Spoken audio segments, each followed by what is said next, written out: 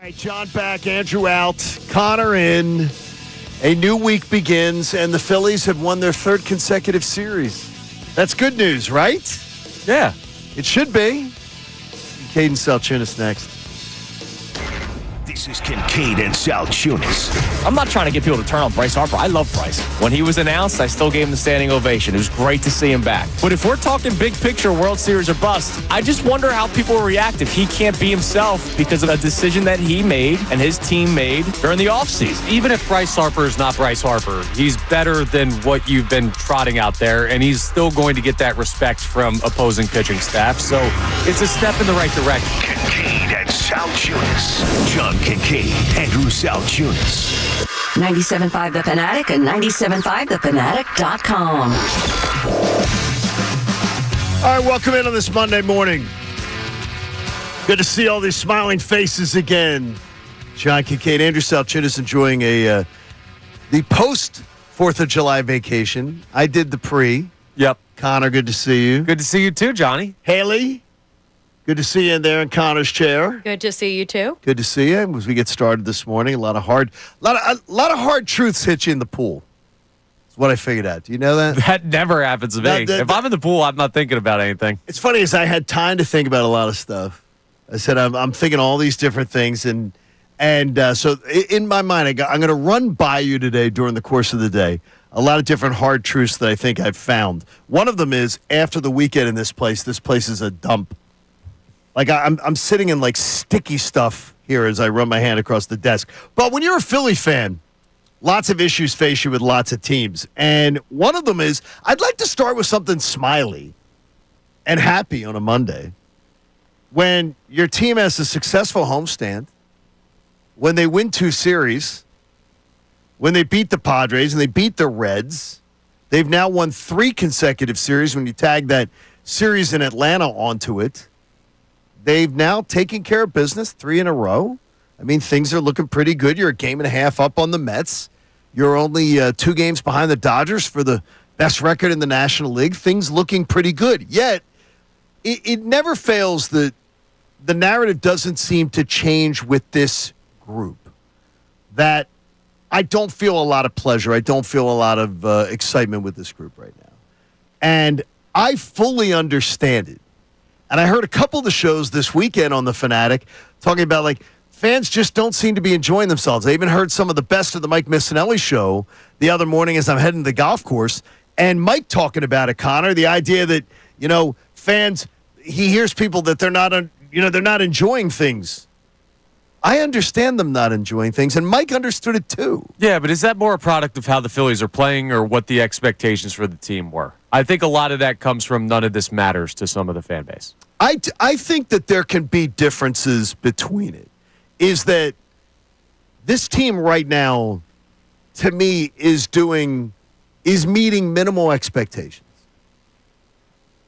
They're on pace to be a 90-win team. Yeah. And I say to that, whoop-de-freaking-do. But they should be pacing to that right now, though. That's what I say. They're in the toughest stretch of their schedule. So the fact that this is a survival stretch that they're in right now. So it's not going to look like a 95 to 100-win team from now until probably the end of July. But then their schedule gets significantly easier for the final 2 months. You'll be post-trade deadline, so that's a lot on Dave Dombrowski to make this team look better because of moves he can make. But this is a survival stretch. So the fact that they're taking series wins right now it's all you need at this stretch of the That's all you need. I mean, and I think that's a positive. That's why I start out looking at it as a positive. But then if you go after this West Coast trip this week, which is one of their 2 last final West Coast trips, at the Giants, at the Padres this week, when you come back, Angels at home, Red Sox at home, Yankees on the road, they're not playing well at all. One of the worst stretches in baseball. At the White Sox. Then you're home to a good Tigers team, home to a good Orioles team, at the Rangers, at the Reds, a 4-game series at the Nationals.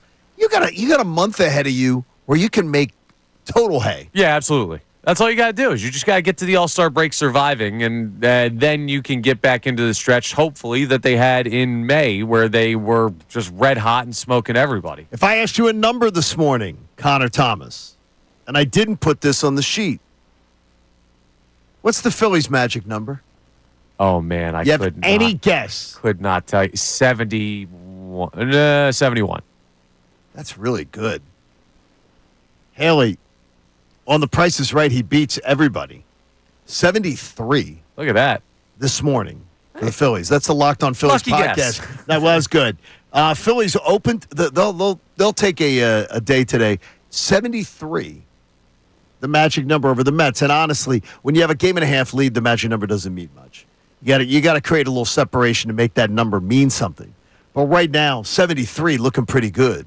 As you're heading into the All-Star break, I mean, right there, if you've got that number below 70 at the All-Star break, that's looking great. Yeah, just got to take care of business on this road trip. That's why winning the series against the Reds was huge because they do not ever seem to play well in San Francisco. Like that, I don't know what it is about that place, but the Phillies and San Francisco don't jive. Yeah, but what is it? Players change.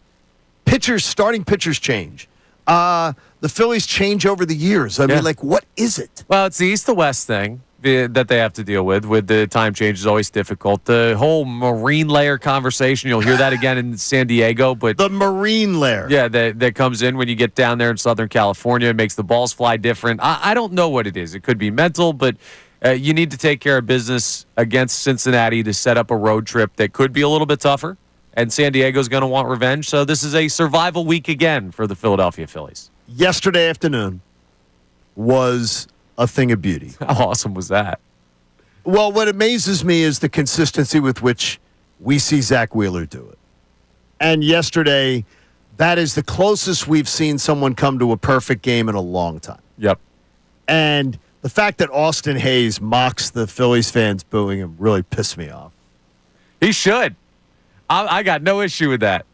Listen. Why should he? Because I think he got a raw deal from some people in this city. Why did he get a raw deal? He sucked here. He sucked here. He did suck here. So why is he mocking the fans here? He was also hurt. Okay. With a hamstring injury and then a major kidney issue. Well, the kidney issue was beforehand. People treat him like he's Garrett Stubbs. Dude, I gotta tell you.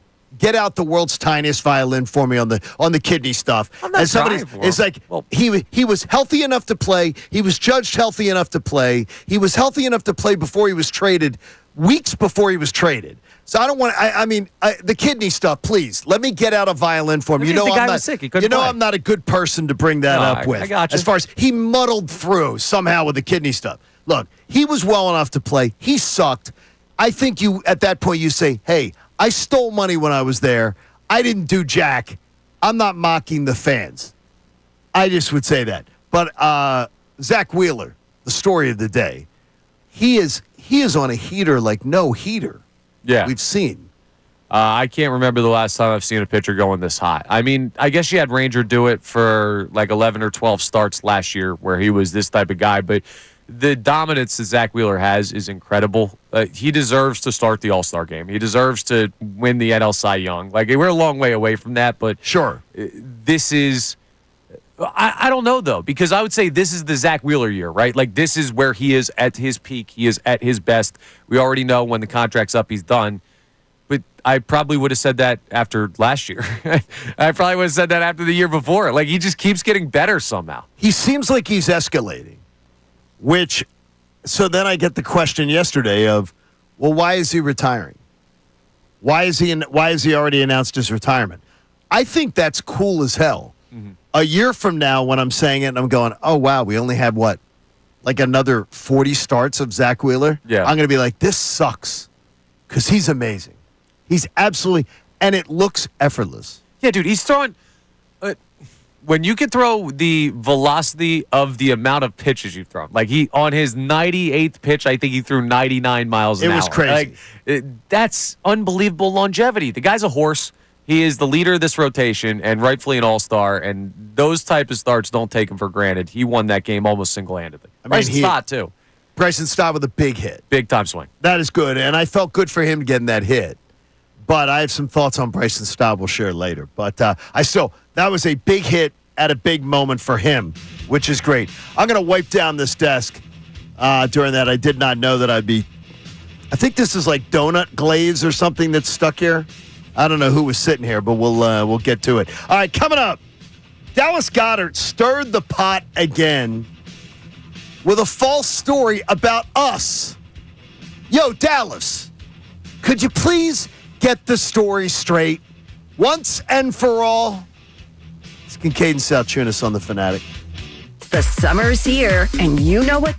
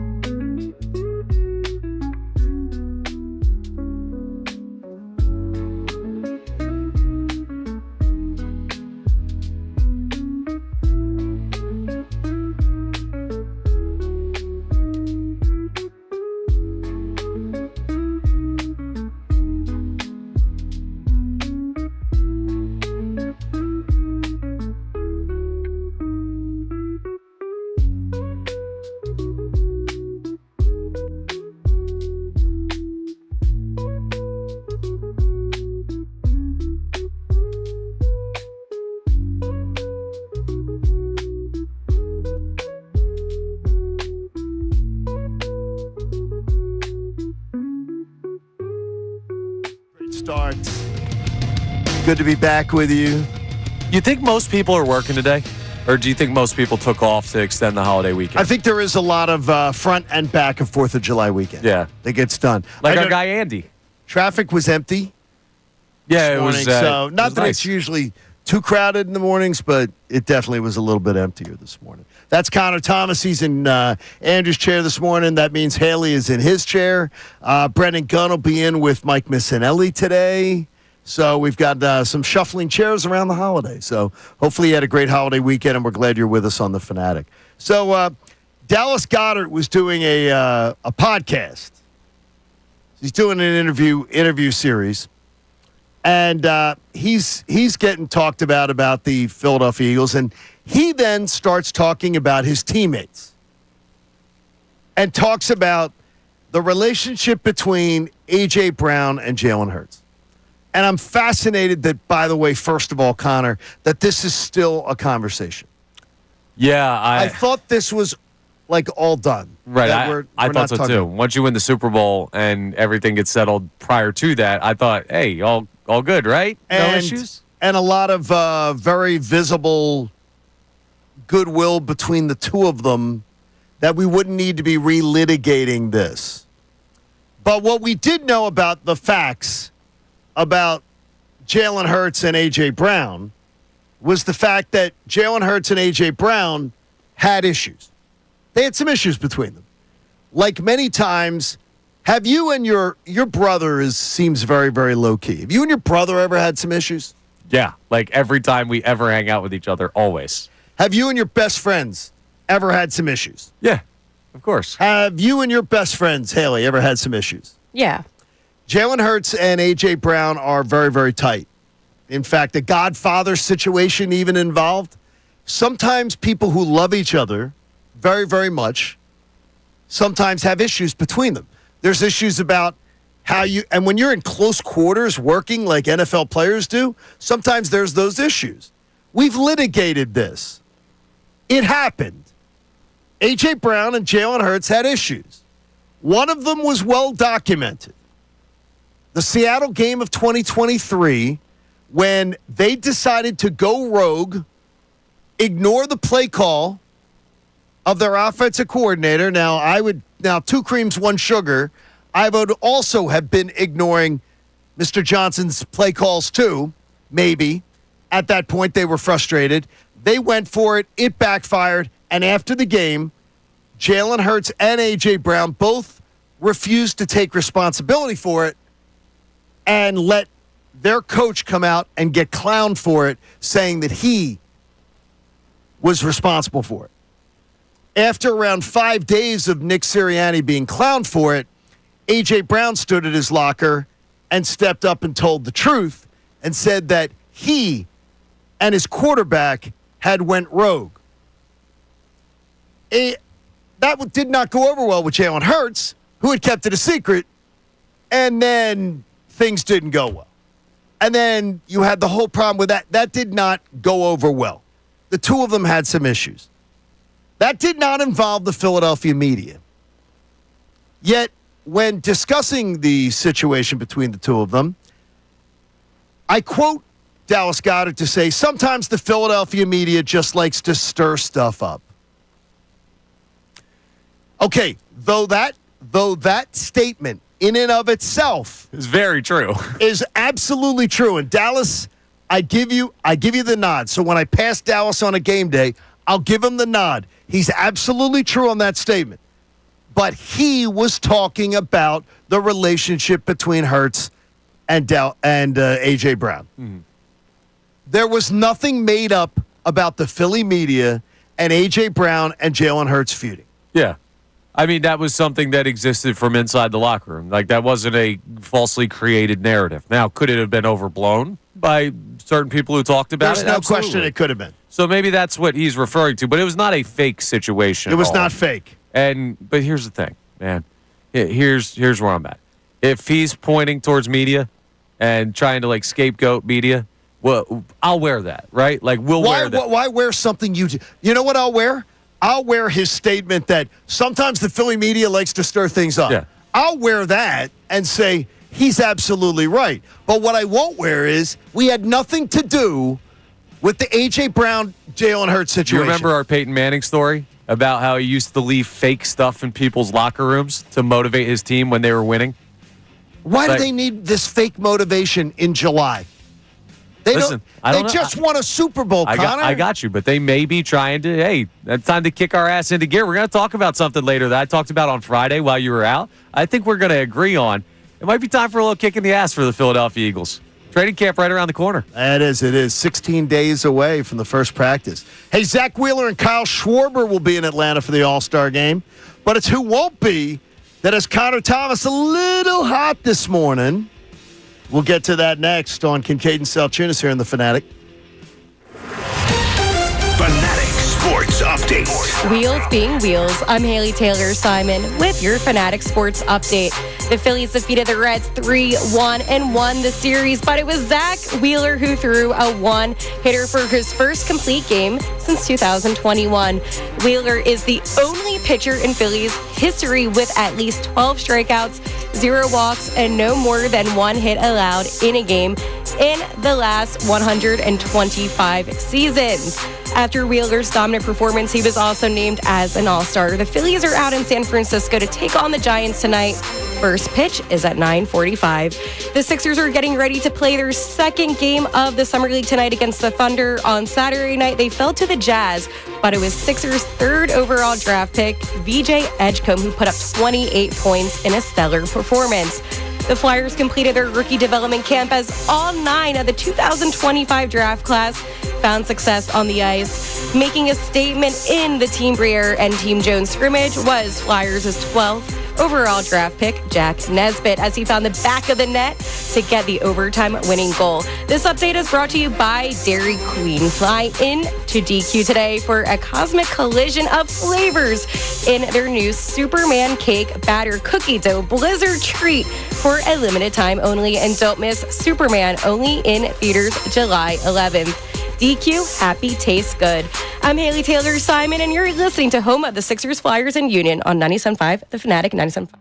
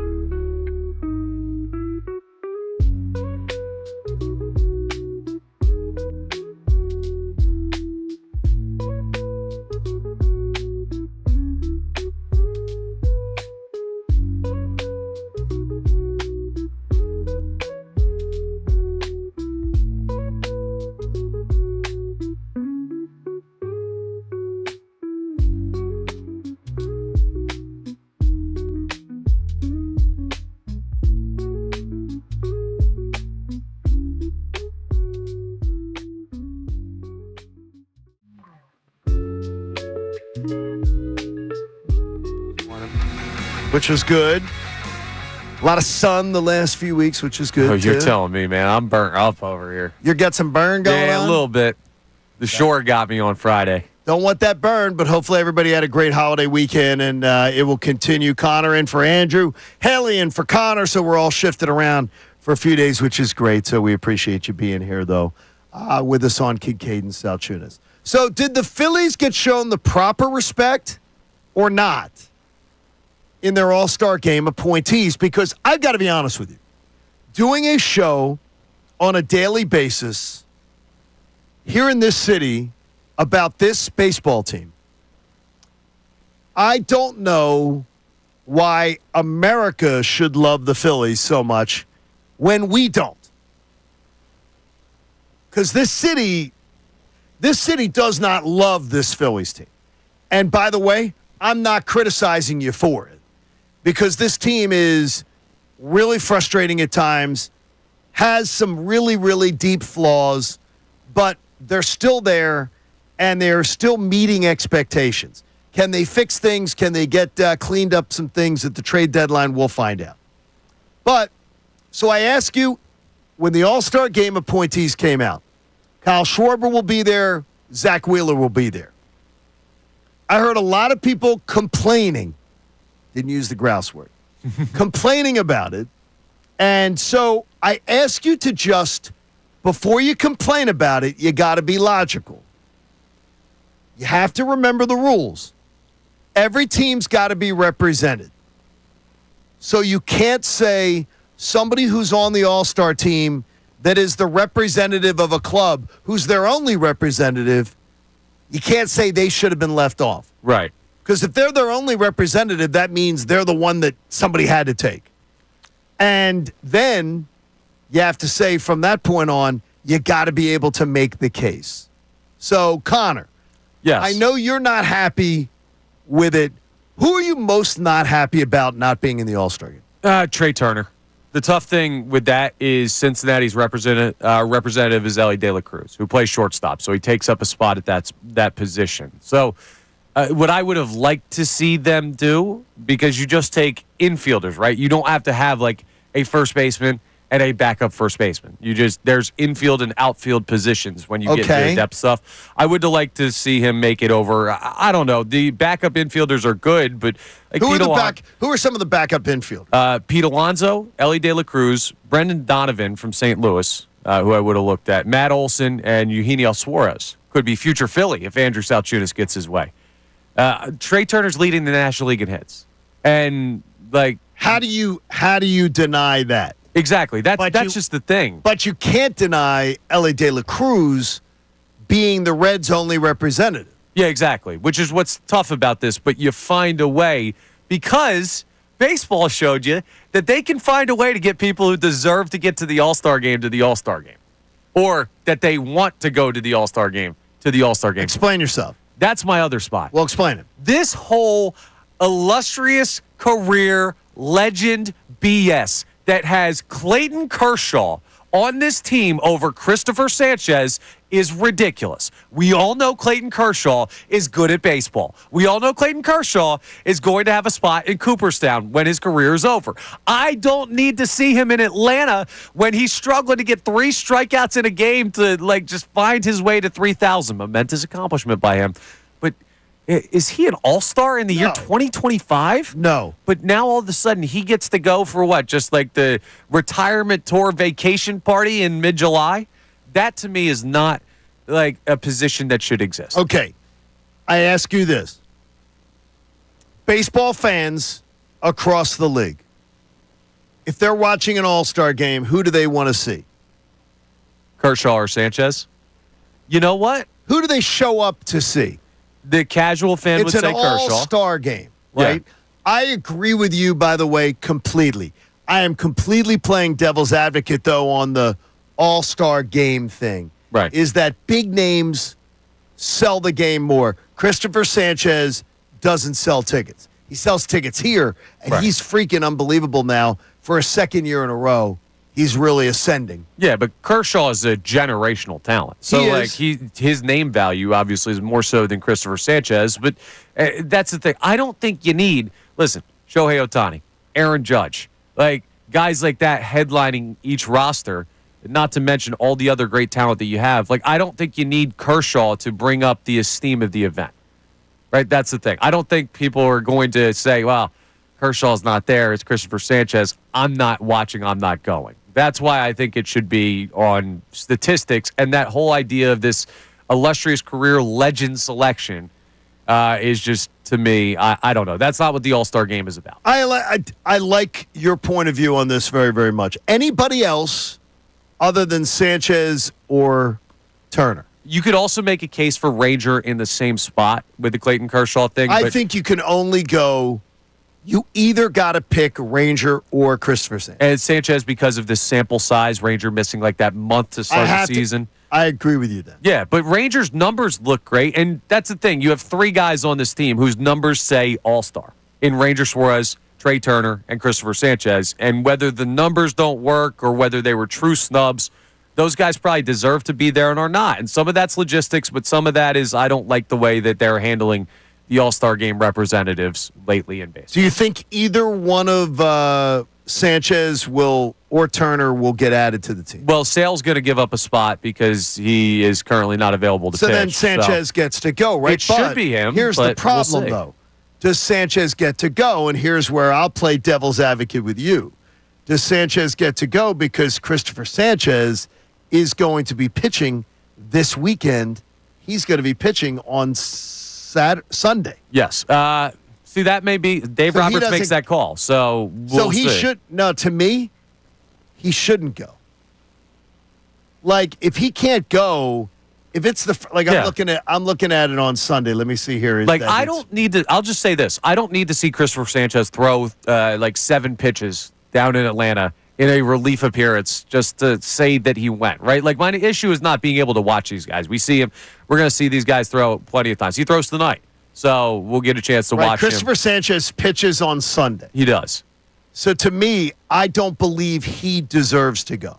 Yeah, but it's not even about going. It's about just the nod of the accomplishment. That's it. I don't need to see him pitch. I don't need him to travel. And I don't need him to be instituted for Chris Sale because I get it at this point. But I think he was a deserving selection. Well, then does Ranger go? Ranger goes Friday. Yeah, Ranger may, but there may be some other guys out there that you look at as far as arms that got snubbed. I don't know all the snubs in baseball from across the National League. So we'll see how the Phillies could say, hey, and neither of them want to go. Right? Those guys could individually say, we're not Well, there's interested. probably money involved with both of them. Yeah.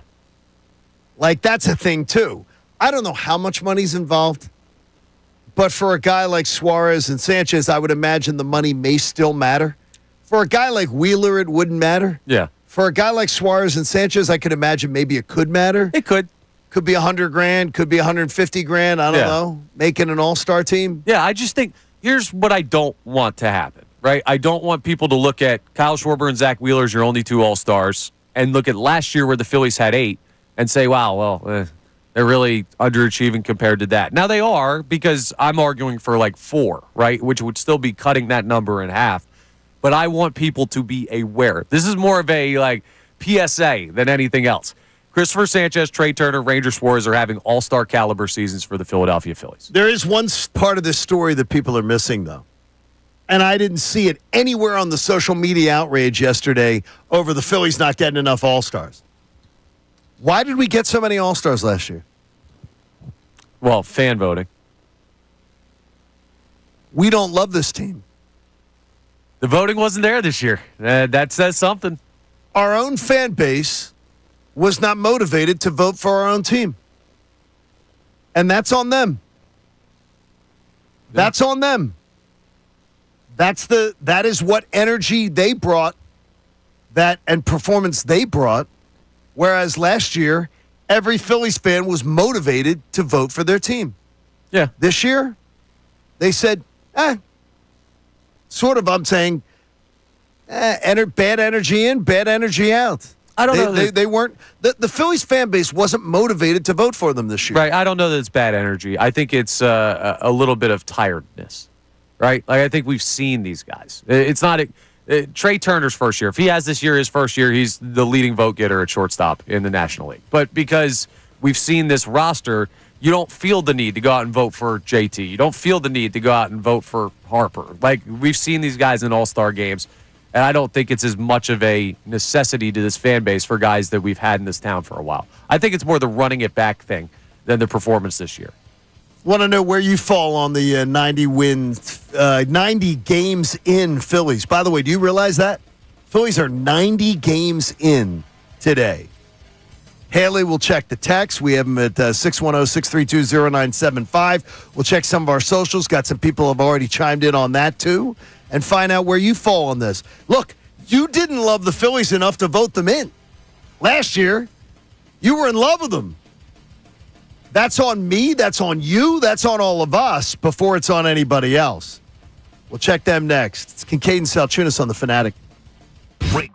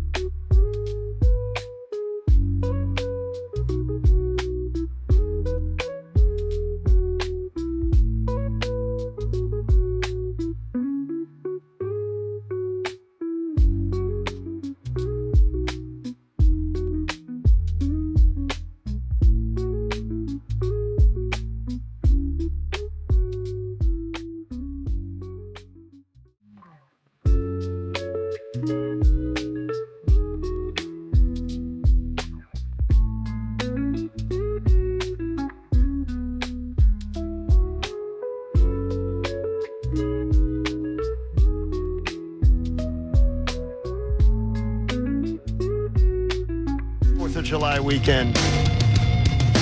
It's my 23rd wedding anniversary today. Yeah, congrats, Johnny. 7-7. 7-7. I you picked it on plan purpose. Yes, I did. You know I did. You did. Well, I did, in fact, because we eloped.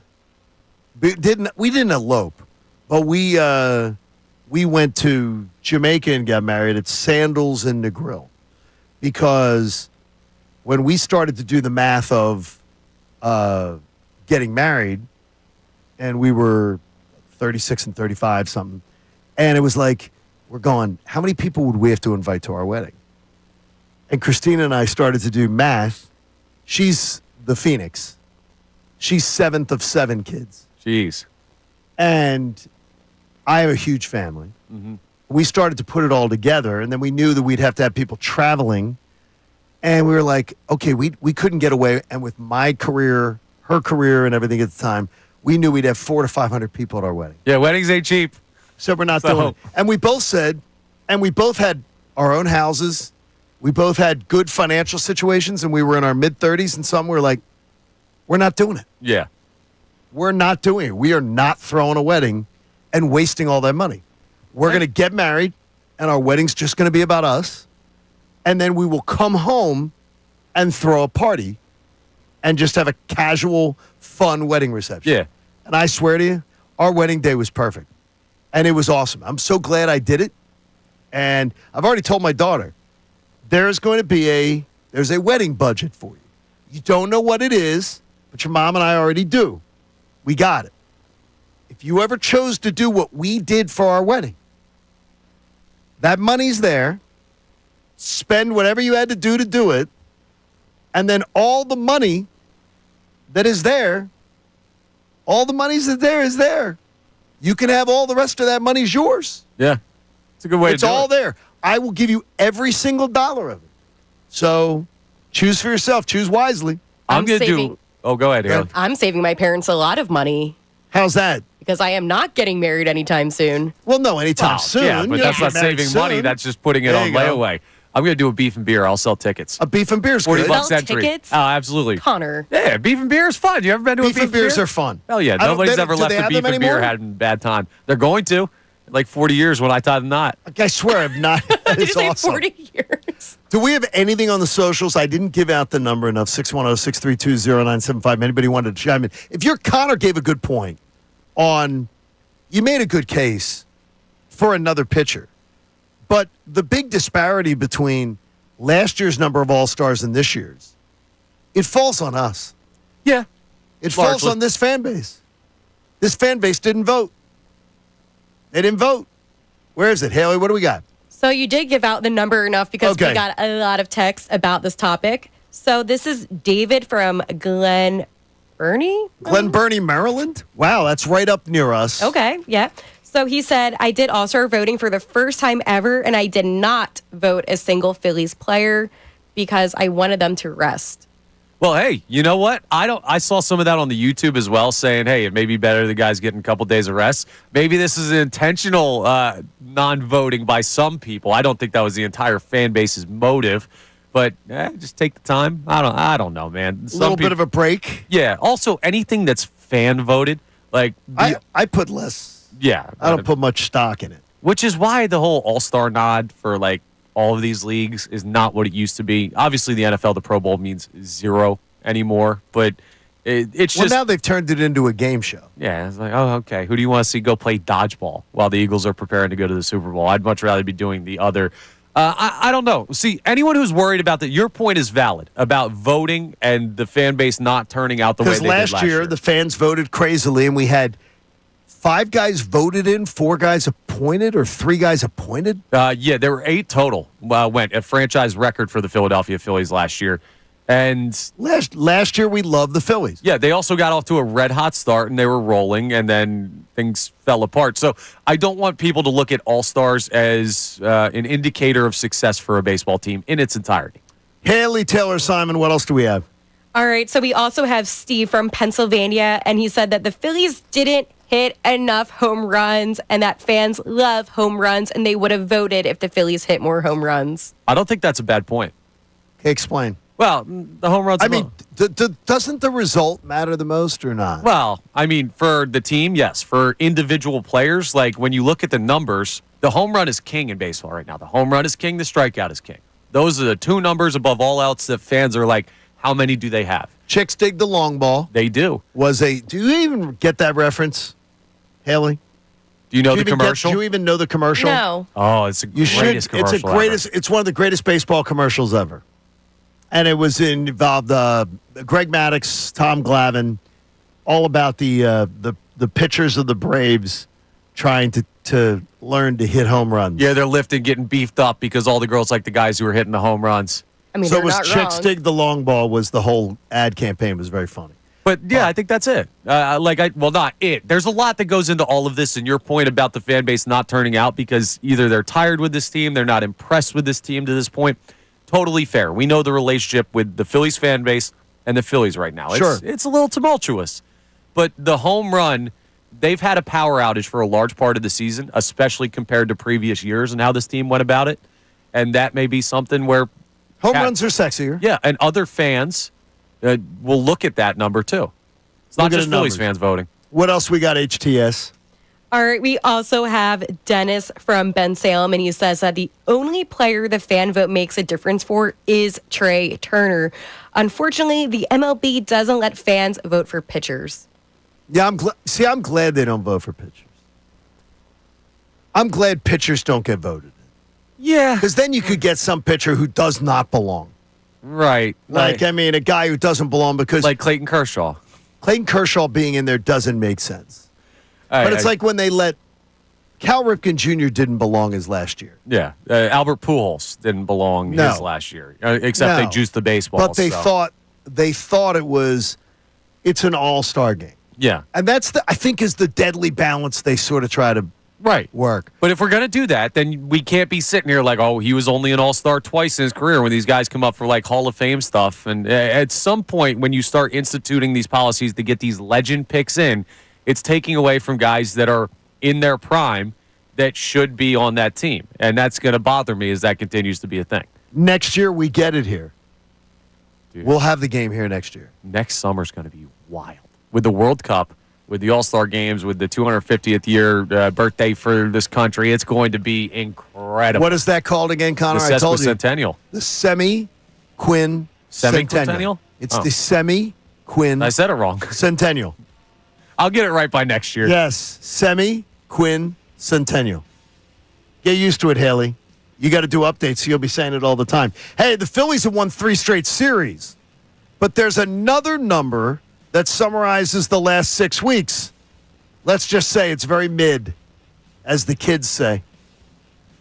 It's Kincade Salciunas on the Fanatic. Fanatic Sports Update. Wheels being wheels. I'm Haley Taylor Simon with your Fanatic Sports Update. This update is brought to you by Moyer & Son. Summer's heating up. Call Moyer Indoor Outdoor for expert pest control and lawn care. Moyer, trusted service year-round. Solutions, visit eMoyer.com today.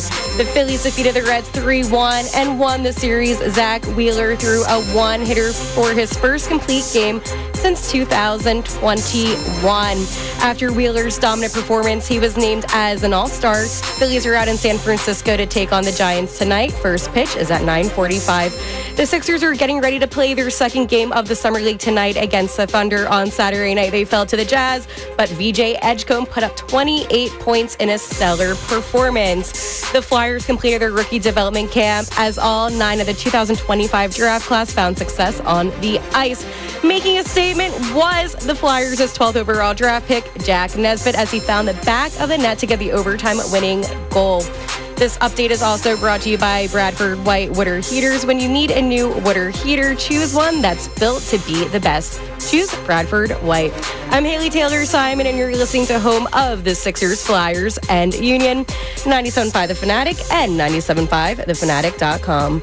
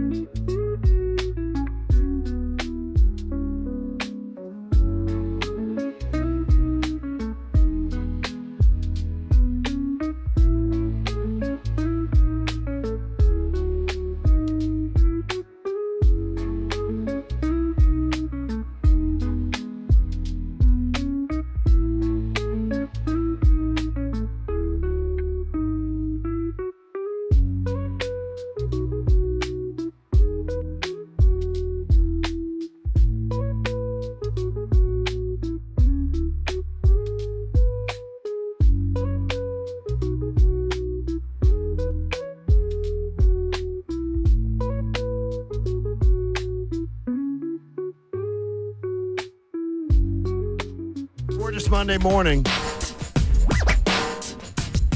97.5 The Fanatic, Kincade Salciunas. Andrew enjoying vacation week on the back end. He likes the back end of 4th of July weekend. Yeah, he posted something on maybe Instagram where it was him heading down the shore with all the traffic going back. The opposite way. Yeah, so, hey, good for him. I like it when it's busy down the shore because I like people to be around. I want the bars to be packed and everything, but he likes it a little bit quieter. So He likes it a little quieter. It'll be fun for him. See, I always like it that's why we go down to the shore week, the last week of August, because the kids are back to school. Yeah. It's quiet that week.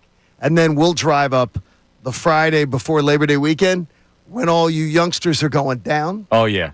We're coming back up. I like it loud. I don't need a quiet weekend. Haley likes it loud down there, too. Depends. I did not go out to any bars this weekend. Did not do any? Well, during the day I did. Okay. But at nighttime, I don't like having to wait in line, the loudness, the commotion.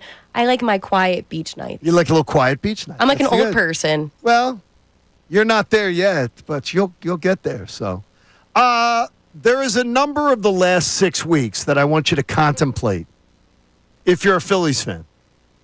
And I believe most people in the listening audience are.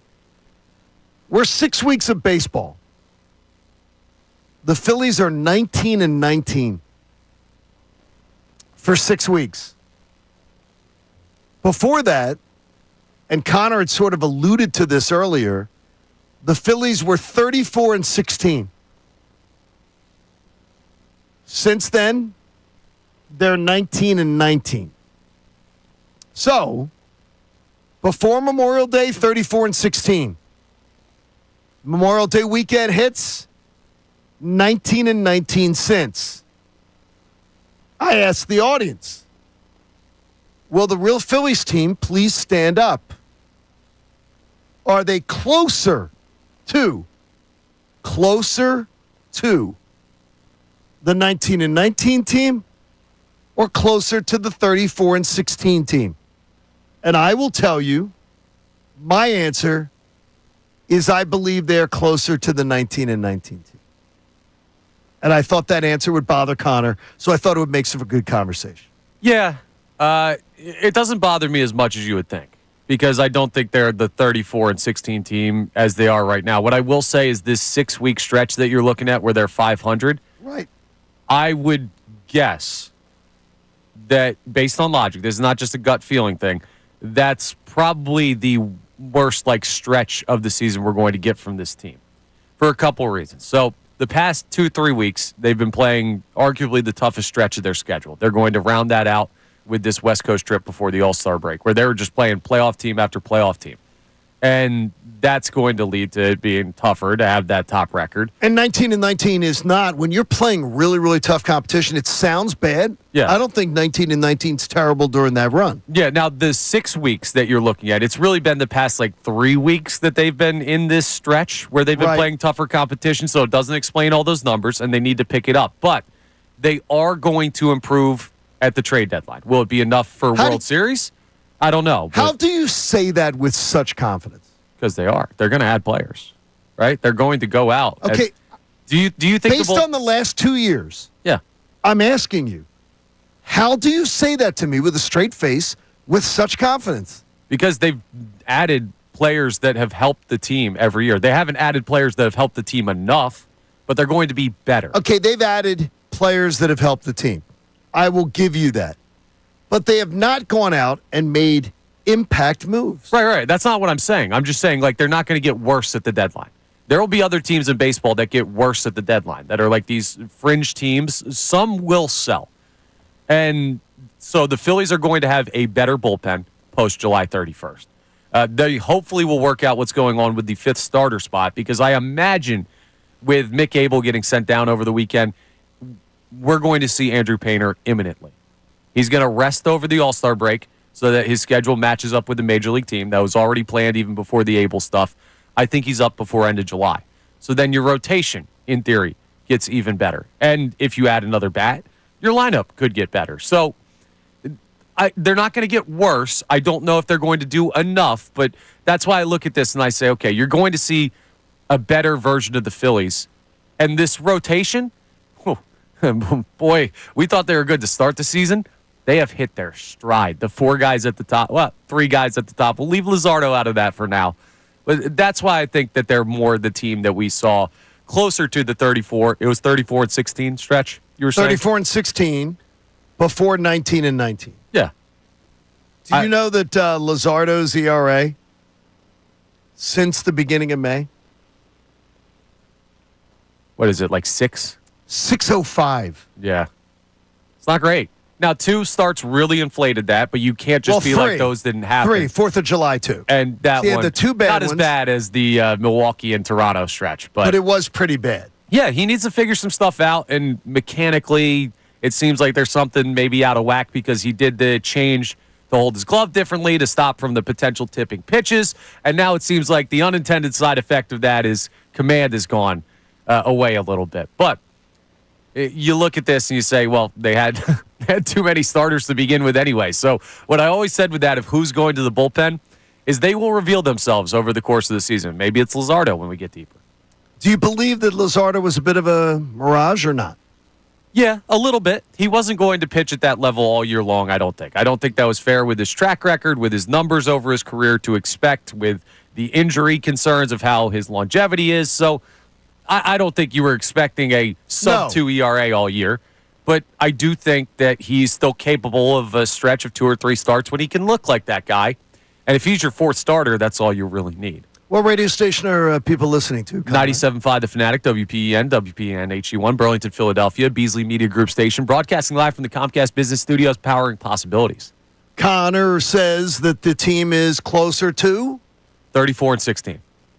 Now, talk to me more about why you think they're more the 500 team, because 500 is a mark that I think is below, even though this team hasn't dazzled this year, I think that's below their fighting weight. Because they've been close to a 500 team since last year when they went to London. See, I don't know. I just don't look at that. So I go a whole calendar year. Yeah. They've been roughly a 500 team. I try and separate the season from, even though there wasn't turnover with the roster in any type of heavy way, I try and separate the seasons because players will have different years. Other teams will have different years. So it's hard for me to go back that far, but I understand why you're able to because the roster looks strikingly similar to last year's team, and the style when they lose looks very similar to the way that they lost games last year. So I get it. I just think that's where I'm leaning more towards. They've been telling me for a year that they're roughly a 500 type team, and that's what they've been playing. So to me, I sort of go, okay, that's what they are. But the cool thing about the Phillies, and also the awful thing about the Phillies, is they're not getting there by winning 2 and losing 2. They're getting there by winning 20 out of 30 and then losing like 15 out of 30 and then just having like a mid-stretch in there and everything like that. So it's just so up and down for these long, prolonged stretches. There is a belief in there that if you catch the right time, this team can beat anybody. But that's not something that you want to bank a World Series on in a year like this where you're losing important players in the offseason. The idea of right now, that whole ebbs and flows, I'm waiting to see what is going to set this team off. Yeah, exactly. Where's going to be that bounce? By the way, I do expect, and I said it to you before, I believe after the All-Star break, we're going to see it. Mm-hmm. Like, I believe we're going to see them play better than we're in a 6-week 19-19 clip. After the All-Star break, I believe you're going to see a 4-week clip where this team plays. Now, I think it's going to be more like a 5-week clip where they play significantly. I'm saying they'll play 600 ball. Yeah. So they'll pick up because the schedule really loosens up. Yeah, and other teams in the division are not built for that right now. The Braves are dead. By the way, you toe tagged them early? Yeah. Yeah.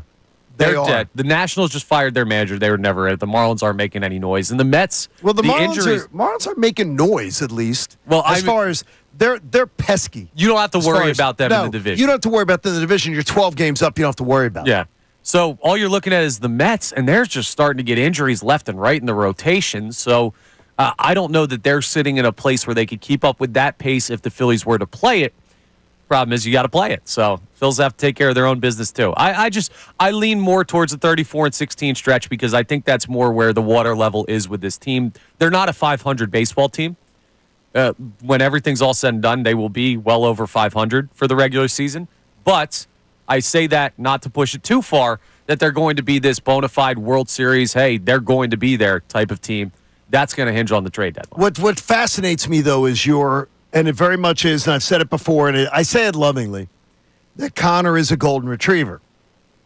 Or the golden doodle. I'm changing that because now everybody has a golden doodle in my neighborhood. My hair does get curly when it gets long. Connor's the golden doodle, which everybody wants. They're upbeat. They're bouncy. They're always positive. Very happy. They're very happy dogs. You have complete confidence that there's a magic elixir coming, and it's the trade deadline. And I guess I'm just looking at it as Dave Dombrowski has shown me nothing. That he's going to go to the store. You know how when mom would come home from the store when you were a kid? Mm-hmm. She'd have bags of groceries and you'd wonder, what's in the bag? Yeah. Is there something? Like, is there something there? Did you get the good snacks this time? Right, is there some snack or whatever? Something tells me Dave Dombrowski's coming back and he's bringing back the crappy, like, no-name brand Oreos. Yeah. Or he's getting, what does Andrew like? He likes the, whatever. He gets the no-name brand stuff from the... Yeah, he's buying no-name brand stuff. And I'm not going to get what I want. You're so confident. No, I'm not saying that there's going to be this major impact move. I think there will be in the bullpen, actually. If you had to ask me right now, gambling man, are they going to get a top-end, like, back-end arm? Absolutely. They have to. Like, it would be negligent not to. But that could cut down your opportunity to get a bat. And Dave Dombrowski has said he trusts this lineup more than it sounds like the fan base does. So I'm not expecting this team to look totally different. But I am expecting there to be people coming in, reinforcements that can help raise the bottom line of this team, which is why I believe they're closer to that 34-16 team. But there are multiple teams in baseball right now that are that 34-16 team. I don't know if that gets you there. Is Connor delusional?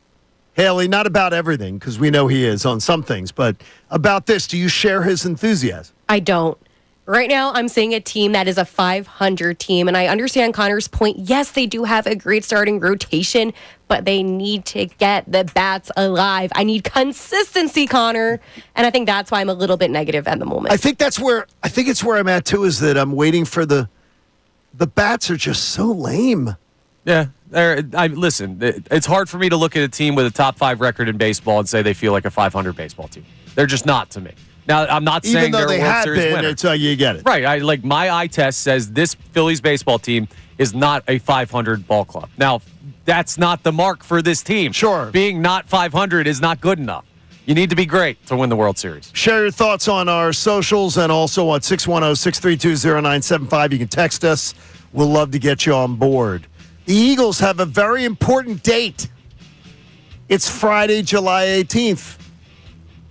Wonder what's happening that date. It's Kincade and Salciunas on The Fanatic. We want to hear from...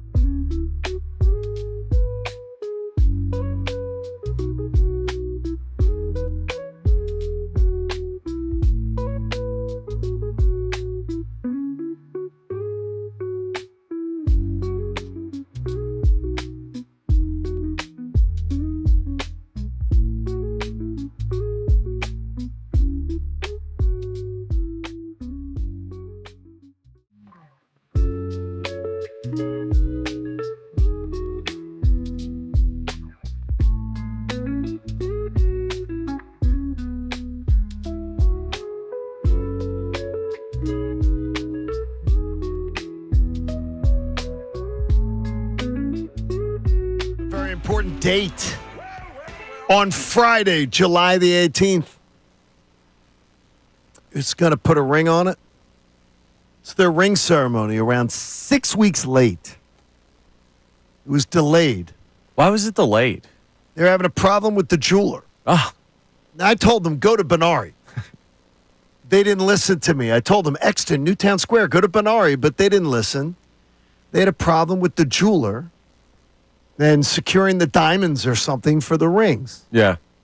Okay? Well, they got to get like 1 billion of them. Well, they do, because they make these things really gaudy. Yeah. I love Totally it. gaudy, these rings. You like them? Oh, absolutely. Do you really? Yeah. I would, if I ever was in a position to have a ring of that caliber, I would never take it off. I'd be the guy who wears it everywhere. I don't know any players that have them that do, though. Yeah, I know. They usually don't ever really trot them around. Well, you shouldn't, because it's a very valuable piece of jewelry. And Well, the Eagles will get their rings on Friday, July the 18th, after a significant delay. But I have to ask you the question. You would answer it right there, Connor. And Haley, I'm going to ask you.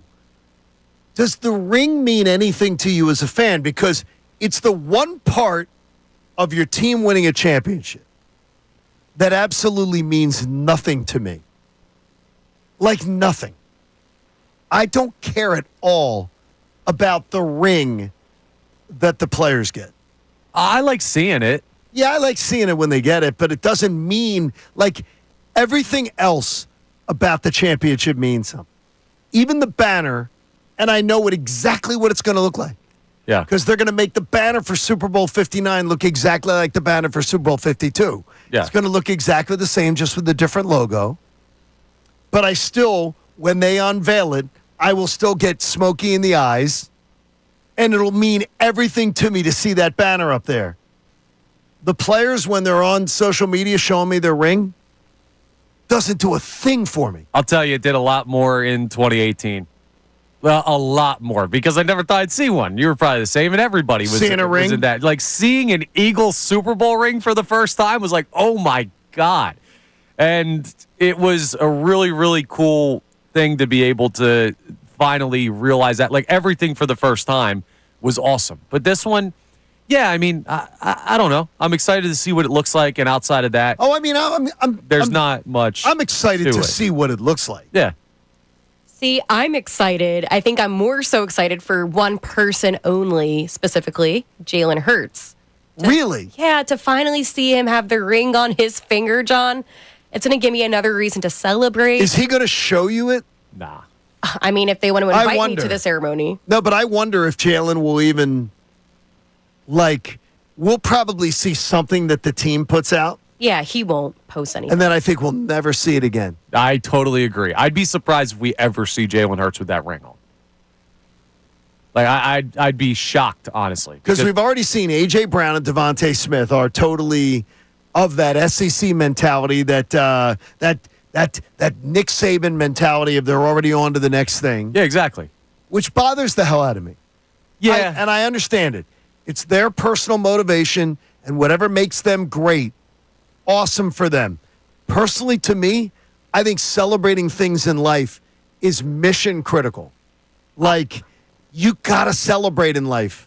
You know I'm with you, but I'll ask you, and I think I know your answer to this. Would you rather have the offseason mentality for your football team that A.J. Brown and Devontae Smith have expressed, or the one that maybe a guy like Cooper DeJean is showing off right now? Well, Cooper DeJean has been everywhere. The only place he hasn't shown up is my community pool. Because the only place he hasn't shown up to party is my community pool. I heard it's on the list. It might He's be gonna- there. He might be there. Training camp's not for another, 16 days? I mean, it could be there. He's strolled into every other bar, every other place he's rolled into. I don't think he's been home since they won. He really hasn't. And to me, I definitely love seeing the joy and the excitement of somebody enjoying the title. And what you got to understand with Cooper is this, and I had a conversation with somebody about this right before I went away on vacation. The idea of he comes from a town, and you heard the expression before, but he legitimately comes from a town without a stoplight. His hometown does not have a red light. does not have a stop sign. I mean, they have stop signs. Yeah, they should. They do not have a red light. I hope so. That, to me, is incredible. Yeah. To think you grow up in a town that only has stop signs, does not have a red light. To go from there to where he is now. Like, I can't blame the kid. I'm just saying, like, and I understand the celebrating thing, but I don't mind them being locked in. I would not have that type of focus, and that's probably why I'm here and they're there for one of many reasons. But the ring thing, to get back to it, it'll be another chance to think about the Super Bowl again. Not that we need excuses to.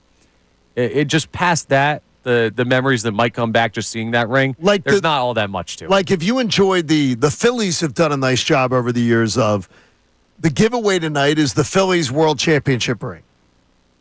Did you ever want to go and get one of those knockoff? Yeah, I would love to, actually. Oh, really? Yeah, honestly. That'd be cool to me to have it. Now, I wouldn't like wear it around like I'm part of the team or anything, but it'd be a cool piece of memorabilia to have. Because, hey, listen, you only get so many of those. Haley, could you see Connor doing that at a bar down in the Outer Banks or something? I could, but the thing about Connor is, though, that would mean so much to him that he would be so prideful with it, you know? Yeah, I'd be telling people I threw out of the pen. Hey, go check the numbers. I was a September call-up for that team. That's where I got this from. I was being nice to you just then, Connor. I'm telling you, Game 7, 1987. Yeah. If the Flyers had won that game, I have said many times, I don't know what I would have done. Yeah. Because for the last, almost 40 years, I would have had a Stanley Cup ring. Yeah. I don't know what I would have done. I might have worn it like get it embedded in your forehead. I might have put what are a turban with it on it or a baseball hat with it on it. I would have had something where I had to have it. See, so like for the players, it's great. For people getting the ring, it's awesome. But for the fan base on the outside, I think it's more of just like that ring looks cool. Whatever it could be. At least now that we have two. Yeah, it is. Now it's different. Yeah, that's cool. There's a different vibe to when you get the second one. So share your thoughts, if you would, on our socials at 610-632-0975. So I want to ask, are we allowed to have an honest conversation about Bryce Harper or not? I'm going to ask Connor to really get honest with us because I believe most fans right now are sticking their heads in the sand. Kincade Salciunas on the Fanatic. Fanatic Sports Update. Wheels with a dominant performance. I'm Haley Taylor-Simon with your Fanatic Sports Update. The Phillies defeated the Reds 3-1 and won the series. Zack Wheeler threw a one-hitter for his first complete game since 2021. Wheeler is the only pitcher in Phillies history with at least 12 strikeouts, 0 walks, and no more than one hit allowed in a game after 125 seasons. The Phillies are out in San Francisco to take on the Giants tonight. First pitch is at 9:45. The Sixers are getting ready to play their second game of the Summer League tonight against the Thunder on Saturday night. They did fall to the Jazz, but VJ Edgecombe did put up 28 points in a stellar performance. The Flyers completed their rookie development camp as all 9 of the draft picks really shined. However, it was 12th overall Jack Nesbitt who got the overtime winning goal in the Briere and Jones scrimmage. You're listening to home of the Sixers, Flyers, and Union, 97.5 The Fanatic and 97.5thefanatic.com.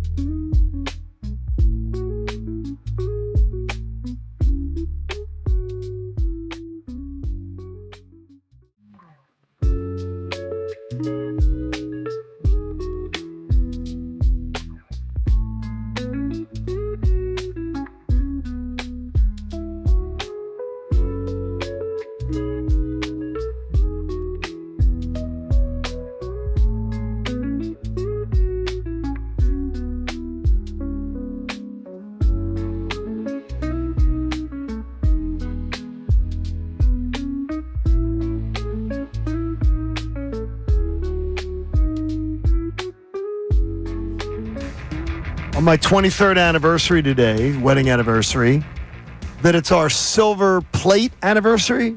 Is the gift today? It says silver when I Google it. The silver plate specifically is the traditional 23-year wedding gift. So you have some shopping to do there, Johnny. 23-year gift, a silver plate. What are you going to do with a silver plate? I don't know. Plates are plates, aren't She's they? got one, I know that. Yeah. She's got, there's stuff you're going to realize when the two of you get married someday. There's a bunch of stuff you're going to register for. And the most fun of registering for me was getting to go around with the gun and get just to like scanning the stuff in? scan the stuff in. Okay. But I will tell you, and Haley, cover your ears for this because you're going to be the liar when you get married. Because the woman lies to the man. Connor, she's going to lie to you. Say she's going to use stuff Yes. and never do? They're going to register for a bunch of crap that they never, ever use. That's fine. Like the cake plate. Who needs a cake plate? Oh, gosh. Come on. They're going to get the fancy cake plate. And I'm here to tell you there will be no cake. You're going to see this like fancy cake plate that they're going to get. It's going to be like this glass thing that cake could be this with like a glass cover and everything. And you're going to be thinking, well, I'm a newlywed. You're going to be coming home and your wife's going to be there and she's going to be waiting for you. And, you know, of course, all the skimpy lingerie will be on. And you're going to come home and then there's going to be like cake all the time. Nope. No. If you're lucky, the lingerie will still be part of the routine. But the cake does not exist. So, Haley, I'm going to watch your registry closely. There's going to be no cake on it. None of the cake plates? No, I don't do that as it is. How about the fancy stuff that's like registered for, like on these registries? Because you'll look at these registries and you'll go, this couple, they're registering for stuff. And you go, they're never using this. Just give me some paper plates and like plastic forks and knives and I'm good. So there it is. Yeah, So that's be why registered. I ignore the registry. I just give cash every There time. you go. Okay, see, Yeah, you're I a good Venmo. person with that. That's it. Do what you want with Yeah. it. The Venmo sounds a little impersonal. But Yeah, what can I Venmo? say? All right. Yeah, I asked my friends who got Okay. married and they said, hey, just Venmo us. May I ask you this? Can we have an honest conversation? Always. And I'm asking the two of you to be honest with me. Got two questions for you on Bryce Harper. He's 3 for 17 since his return. And he's flailing at the plate. Mounting strikeouts. I believe 8 against the Reds. He's had no power almost the whole year. It's obvious that he's still hurt. And I'm proud of you, Connor, that I heard you and Andrew talking about it in the preview of the show, in the clip. Something that should have been taken care of last offseason that wasn't. For some ungodly reason, the Phillies and Bryce Harper pulled an Embiid on us and let the 2025 season be affected by an injury that could have been dealt with last offseason and wasn't. Instead, they did let's vacation and rest. Let me assure you, vacation and rest is not a solution in the city of Philadelphia. Vacation and rest always backfires on us. So I'm going to ask you this. The first question, if he is not going to be Bryce Harper this year, and I would tell you right now, if you are being honest with me, there is zero reason to believe that he's going to be Bryce Harper this year. We've seen enough. We saw him till early June. We saw him sit out 3.5 weeks. We've seen him back. There's zero reason to believe that all of a sudden he's going to be feeling great, start hitting home runs, and be the Bryce Harper that we expect. Can the Phillies win anything this year of merit? I'm talking parade down Broad Street, which we all enjoyed on Valentine's Day. Best Valentine's Day ever. Can we expect to see anything like that if Bryce Harper isn't going to be able to be Bryce Harper? I'm still going to say yes. And the only Then who's doing the heavy lifting? Zack Wheeler, Christopher Sanchez, Ranger Suarez, and hopefully some bullpen acquisitions. Like, pitching wins in October, end of the day. That is the most important thing to a ceiling of a team to me in baseball is do you have the pitching to get through that? And I think the Phillies still do. Now it makes the road much harder. And for a team that has not gotten over the hump there of winning the World Series, you're looking at a team that should be heading in the right direction rather than putting more at risk with more things that have to go right. But I can't look at what this starting rotation has done this year and what I can project them to do in October because these guys have experience making big-time starts in big-time games and say that they can't. Now, it makes it much harder, which adds to the questions about what you do at the deadline. But I still think that this rotation is the calling card of this team and is good enough that they can take them where they need to go. Haley. Yeah, I disagree. While I can agree with the point that, the starting rotation does play a big role in the postseason, the bats need to come alive. And I will stand by what I am saying. What am I seeing out of Max Kepler, Marsh? I know Stott had that homer yesterday, but the point is if the bats don't come alive, you can have a guy like Zack Wheeler be absolutely dominant. And they almost lost yesterday. Exactly. Yeah. So again, why should I feel confident? And that was a jerk. And by the way, that was a pitcher with no pedigree. Yeah, right. No resume. Who literally shut them down. Yeah. Listen. That wasn't a playoff pitcher. Not a great day for the offense. That's not a guy who's going to be shutting you down in October. Yeah, and they haven't been great against those top arms, specifically top lefties, which is why there are questions about this lineup and should be heading into the end of July where we'll see what Dave Dombrowski does to improve. But the Phillies are averaging about 4.5 runs per game.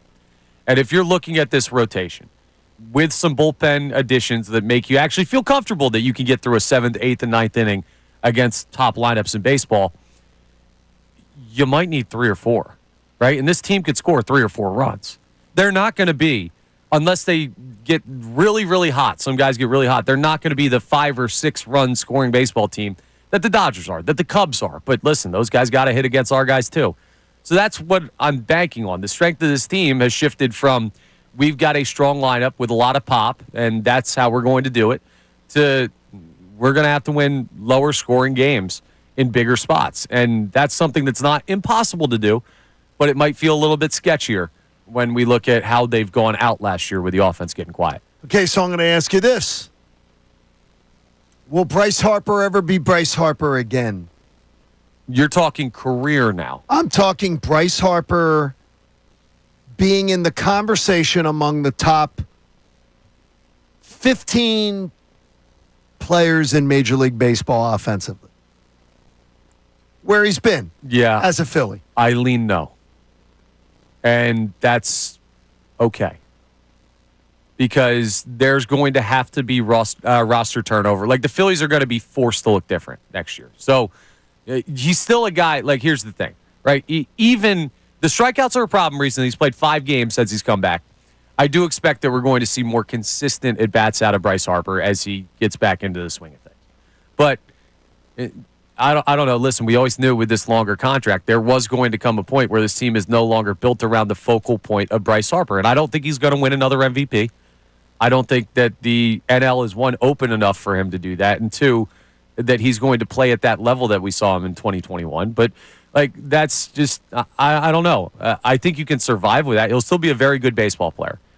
But I think we've seen the prime years of Bryce Harper. And now his sub-prime years are still going to be better than the average ball player. Do you believe that Bryce Harper is on a trajectory of Mike Trout? No, I do not.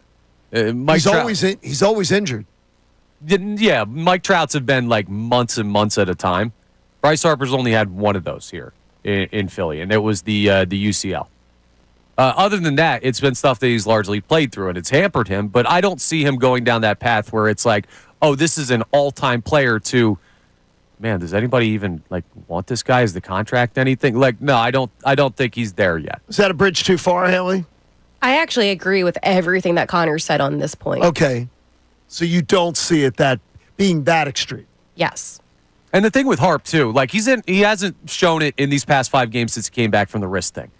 But if you show me anybody in baseball that feels comfortable throwing that guy middle pitches, and it doesn't still have to work around him in some way, you're going to show me a moron. Like, he's still an intimidating bat, even where he's at right now. He's just not MVP Bryce Harper. And that's something that creates another hole that needs to be filled. I want to hear what the socials have to say on it. 610-632-0975. Because I think the first question, the most critical, can the Phillies win anything if Bryce Harper isn't Bryce Harper? Because I don't know who's doing the heavy lifting in the lineup. Yeah. It's going to have to be more of a team effort. And you're going to have the guys that were going to manufacture runs. They might have to. But hey, when's that going to start? They've been better at it this year than they have been. Yeah, that's not saying much. I mean, it really isn't. I want to hear 610-632-0975. And talking about honest conversation, I saw all of our socials from the Fanatic last week. I glanced at them. Philly got a WNBA team while I was away. Some of the stuff I read and heard did leave me shaking my head a bit. It's 97.5 The Fanatic. Do you?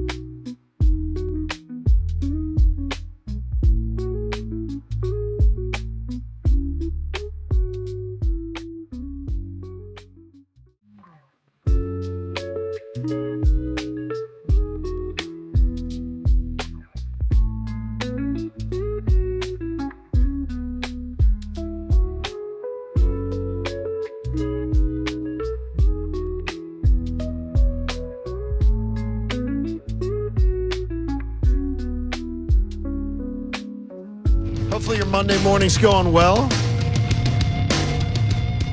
After the 4th of July weekend, it's 7-7. It's a good luck day. Good luck for me. Absolutely. Wedding anniversary. Wedding anniversary for me. And yes, I did pick it because when we decided to get married and go to a resort and do it, we were Saturday was 7-6, Sunday was 7-7. You could get married either day. So it's either like, day. might as well pick the. We yeah, picked the 7-7. You know me with my numbers. Yeah.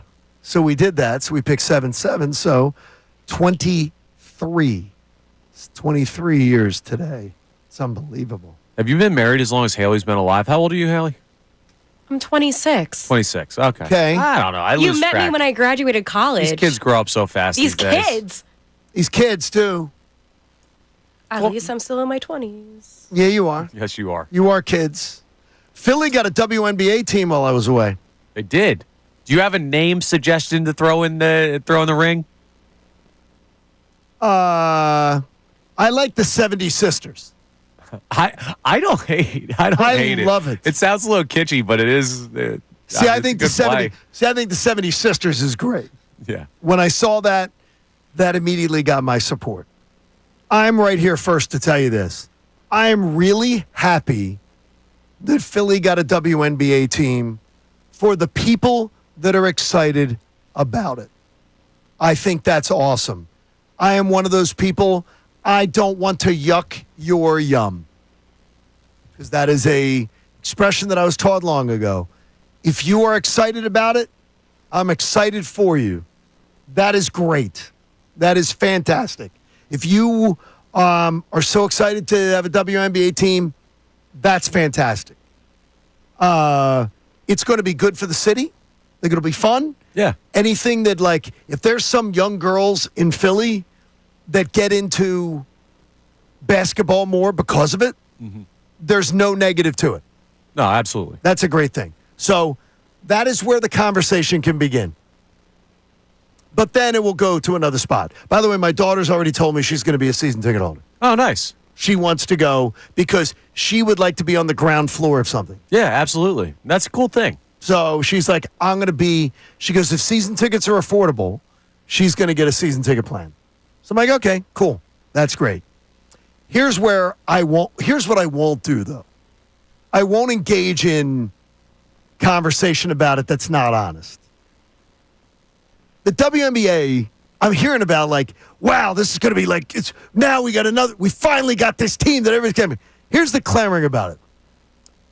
Last summer, the WNBA averaged 9,800 fans a game. Last summer, in the summer of Caitlin Clark. Okay? Across the league. Caitlin Clark, the greatest transformational player to ever enter the league. They saw their average attendance peak at the highest level they've ever experienced. They're expecting it to be a little bigger this year at 9,800 fans a game. Do you know how much bigger that was than the year before, Connor? I don't. 48% higher than the year before. Okay. So they're around $5,000? Yeah. Now, Haley, I'm not trying to put you on the spot here. But the social media that I saw last week was like, oh my gosh, this is going to change everything. Oh gosh, we got a WNBA team in town. When the reality is, the league averaged around 5,000 fans a game in 2023. Last summer, they get Caitlin Clark in, and they average around 9,800.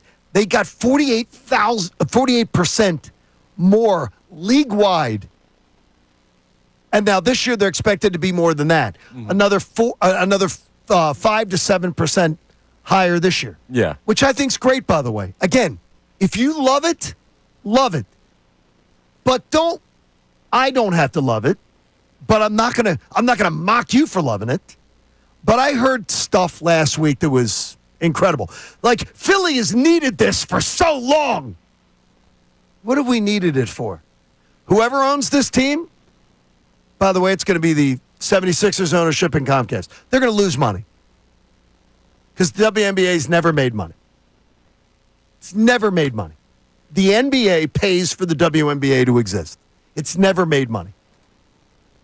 The league doesn't make money. It's not a profitable venture. People aren't clamoring for the WNBA, no matter how much people will try to convince you. Now, in 10 years, when they dig out of the financial hole, we can have a conversation about it being a viable pro sports league that exists. Then it can be viable. It's not a moneymaker. It's a subsidized league by the NBA. That's what it is. Haley, you're making faces at me. Yeah. You're either constipated or you're angry with me slightly. Well, definitely not the first one. Okay. What do you say about it? If people are excited about it, I'm happy for them. And by the way, I will go to a game. Yeah. I'll go to a game to see what it's like. I'm not going to be one of those people who's like, I'm never going to go see a game. I'll go see a game because I don't like people who will say they hate something that don't. Yeah, that don't consume it. That won't consume it. And I bet you it'll be fun. I bet you I'll have a good time if I go see it. I mean, I think when you have players like a Caitlin Clark, you have Sabrina, you have Paige Buchers, you have all of these women who are fantastic players, right? And that's a fact. We can say that. No, it's not going to bring in the money. However, it has the possibility to. But at the same time, if you don't add a WNBA team to Philadelphia, you're going to lose out on money. Philly is a huge market. And if you have another player like a Caitlin Clark, or you have a Caitlin Clark coming here to play, that's going to draw in more revenue. So over time, it does have the potential. But yes, I do agree that right now, it's not going to bring in that money. Okay, I agree with you then. Okay, I agree with exactly what you said. This may be, the WNBA may be in 10 years something that comes together. I mean, everybody starts somewhere. So the growth of the league is heading in a positive direction. But it's been around forever. No, I got you. This has been around. The WNBA's been around as long as Haley's been around. Yeah, but it's undeniable that they're making more buzz now. They are absolutely. And Philadelphia is a basketball hotbed, and there were a lot of people that wanted to see a WNBA team come to Philly when expansion was on the table. So for those people, it's fine. Like, if you're watching on YouTube today, right, exactly. I'm wearing the Union jersey. Right. I'm not in the weeds with Union soccer. I've been to games and everything. But you enjoy the times you've gone. The folks who sit down at the river end down there and just like the Sons of Ben and play the drums and wave the flags and everything like that, that's life to them and they enjoy it. And it doesn't take anything away from me that it happens. And Correct. I think a lot of people are going to really enjoy having that in this town. Maybe not that it's the Sixers ownership, but that'll be a conversation for another time. Hopefully we can make it something where Philly becomes one of the centerpieces. It should be. It's a big market, and now you get the opportunity to be in a league that's growing. I think that's a good thing. Phillies have one of their 2 final West Coast trips. The Locked On Phillies podcast host has some late nights ahead of him before the All-Star break, and it starts in a notorious house of horrors. I don't know why it is. We'll get to that. Second half of Kincade Salciunas coming your way on 97.5 The Fanatic. Fanatic Sports Update. Wheels being wheels, I'm Haley Taylor Simon with your Fanatic Sports Update. The Phillies defeated the Reds 3-1 and won the series, but it was Zack Wheeler who threw a one-hitter for his first complete game since 2021. After Wheeler's dominant performance, he was named as an All-Star. The Phillies are out in San Francisco to take on the Giants tonight. First pitch is at 9:45. The Sixers are getting ready to play their second game of the Summer League tonight against the Thunder. On Saturday night, they did fall to the Jazz, but it was VJ Edgecombe who put up 28 points in a stellar performance. The Flyers completed their rookie development camp as all 9 of this year's draft class found success on the ice, but it was Jack Nesbitt who got the overtime winning goal in the annual Briere and Jones scrimmage that took place. This update is brought to you by the New Jersey Division of Highway Traffic Safety. Speed limits save lives. Speeding puts everyone at risk, and officers are out there to enforce the law and ensure your safety. Take personal responsibility, slow down, and drive safely. New Jersey. I'm Haley Taylor Simon, and you're listening to home of the Sixers, Flyers, and Union, 97.5 The Fanatic and 97.5thefanatic.com.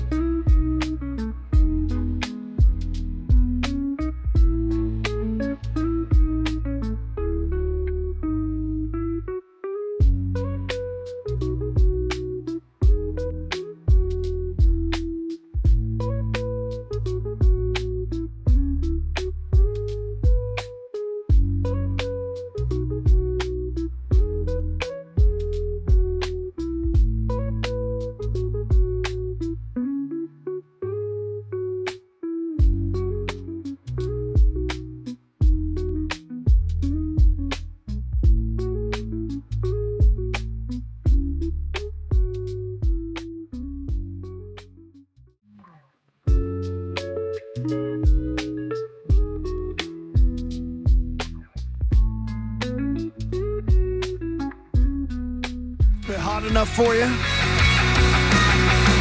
It's been it's been a nice summer.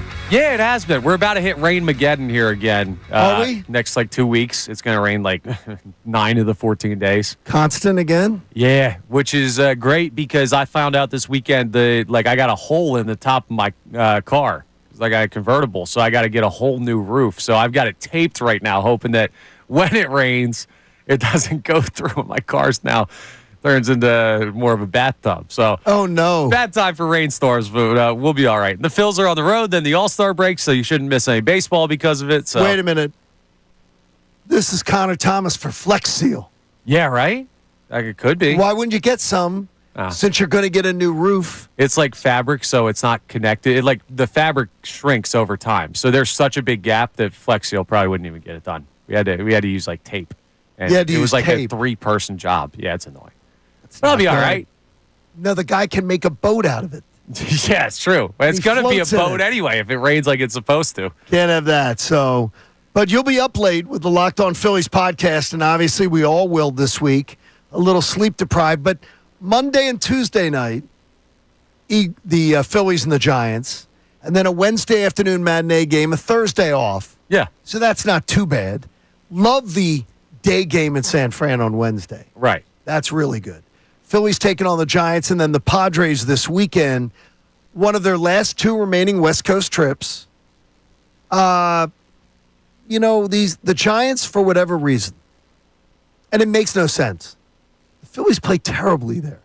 They do. Now, what I will say is the Giants have not really been a bad team in this stretch at any point. They're not what they were when they were winning a World Series every other year for that stretch a couple years back. But you never go in there and you're not playing the Rockies, right? So you're playing a solid baseball team.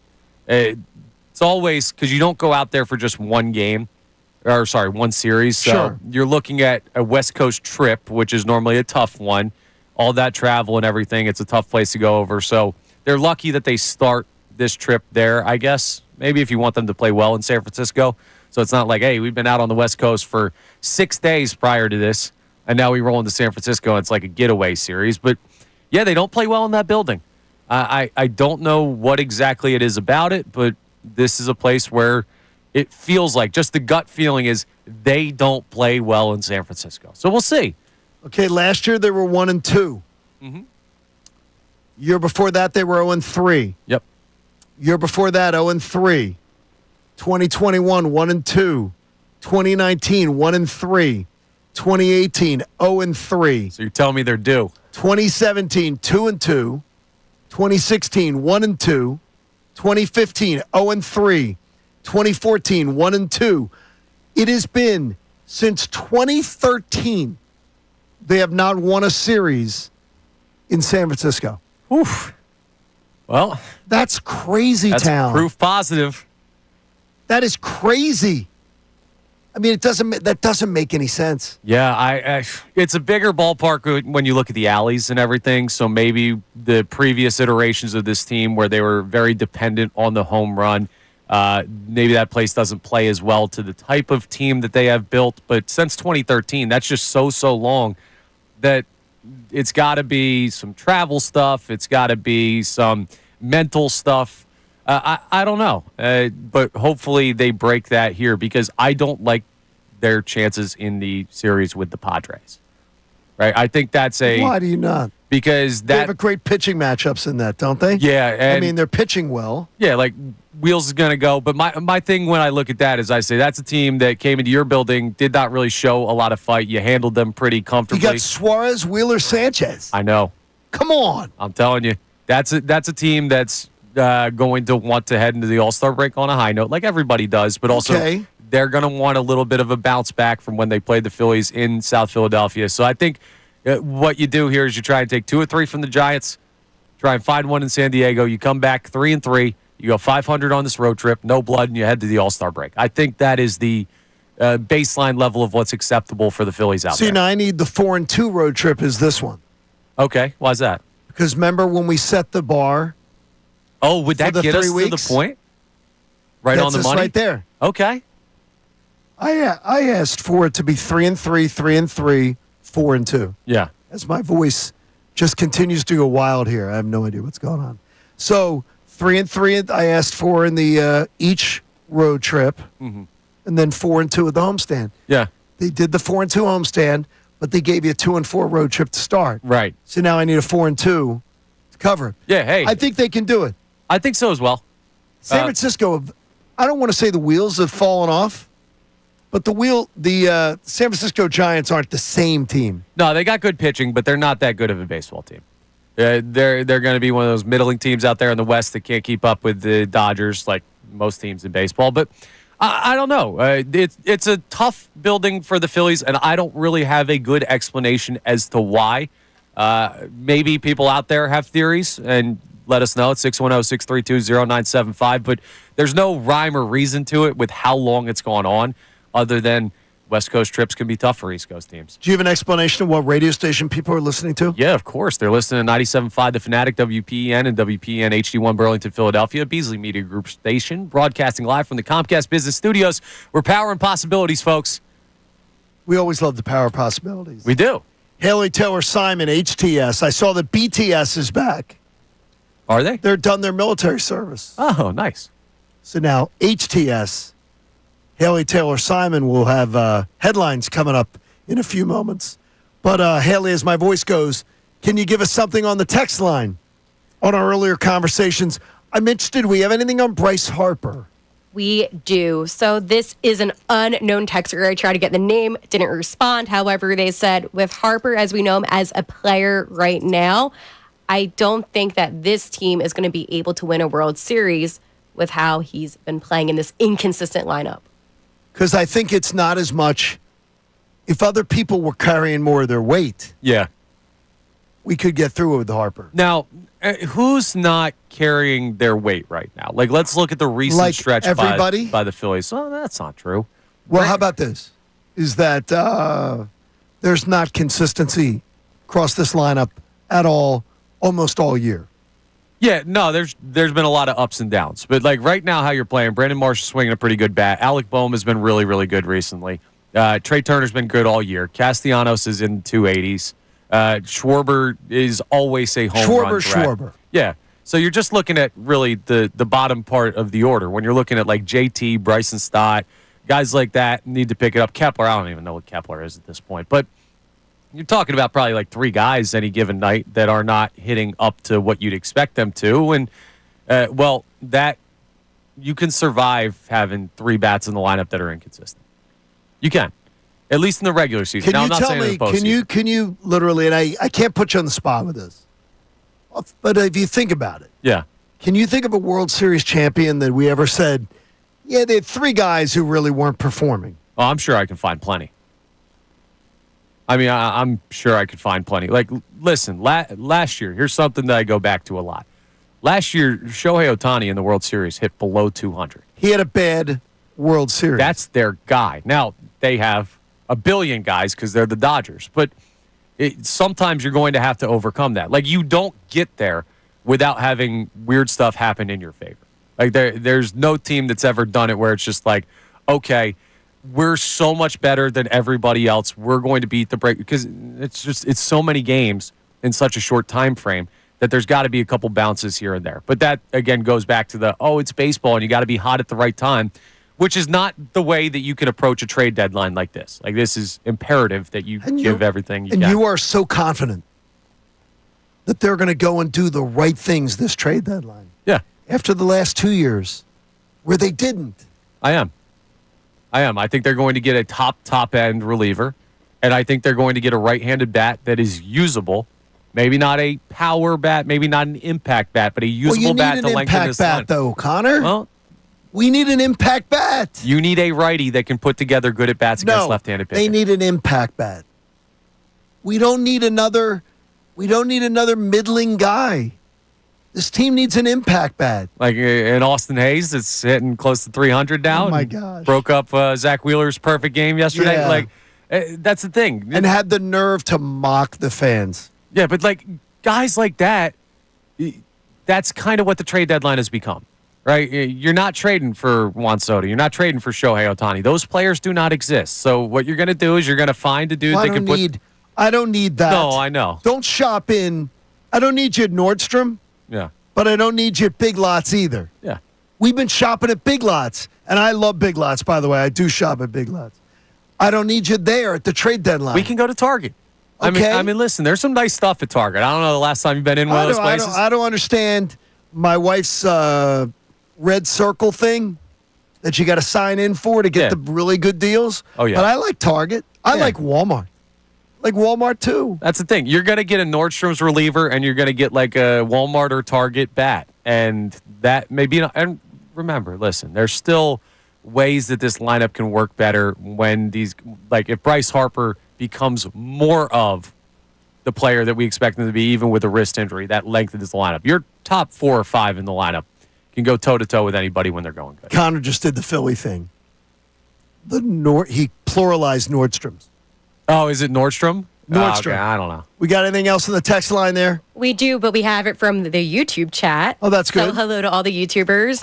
So Adam says, I'm with Connor on this one, talking about the Bryce Harper conversation. Bryce is just in a major rut right now. However, who will step up on the Phillies? Adam wants it to be Trey Turner. How about you guys? What do you mean Trey Turner Trey Turner up? can't step up, right? I mean, he's leading the National League in hits. Come October. Well, okay. Well, so, that's something that we've not seen 2 years in a row. And I said that like from a $300 million player. I forget if it was here or on the podcast, but people are like, what's different about this team? We've had that conversation before. Like, what have they changed? You haven't gotten this guy. You're getting the $300 million contract Trey Turner this year with what he's doing at the plate. If that guy's in October, this lineup feels totally different because you have a guy, he's leading the NL in hits. There is your run production right there for guys that can hit the ball out of the yard. The problem in the past is they didn't have a guy at the top that was able to get on base consistently.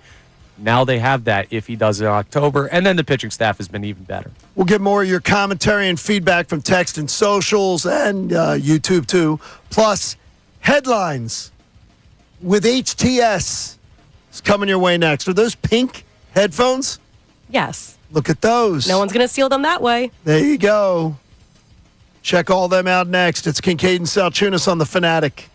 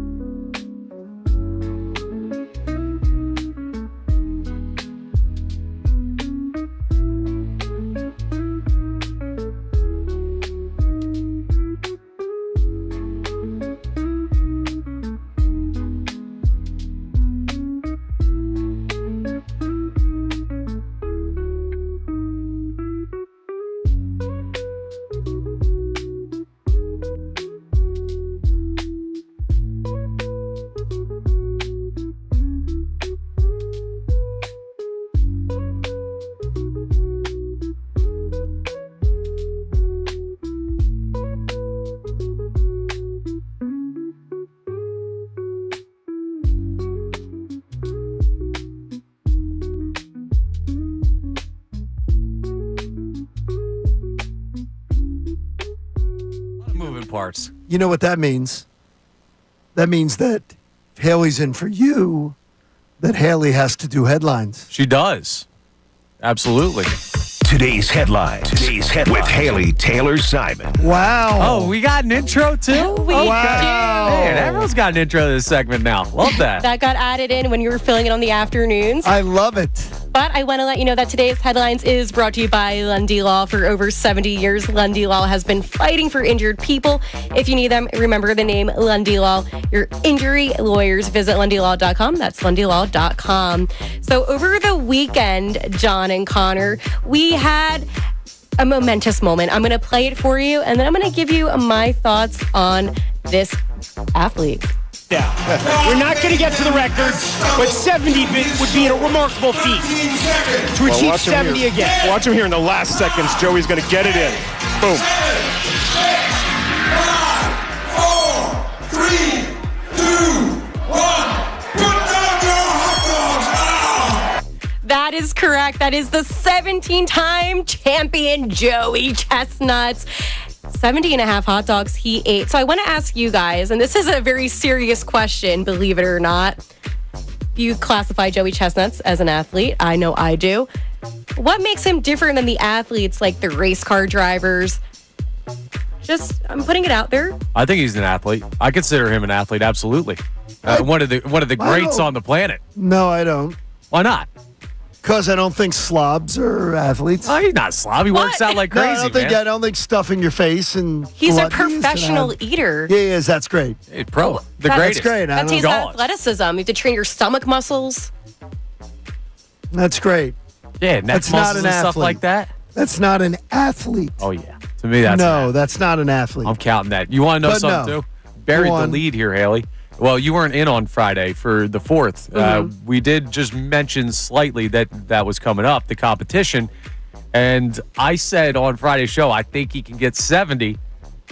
CT knows dog. CT does You know did. dog. You said 70. I got 70 on that. 70 and a half hot dogs is the final count. So we'll round up to the half dog. An but- athlete is a person who is proficient in sports Yeah. and other forms of physical exercise. That Physical is It is not a exercise. physical exercise. the stomach is. muscles. It is not a physical exercise.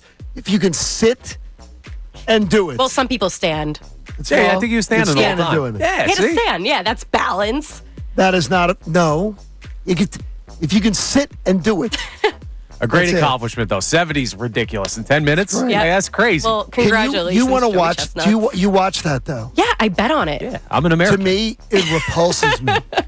Really? It repulses me. It makes me want to gag. Yeah. I can get that. There are points of it where they got in the water and stuff's going everywhere where I'm Yeah, just like, I don't like it. No. This is a lot, but shout out Jaws. Shout out to Joey Chestnuts, and CT is a dog in a good way, so thank you, Connor.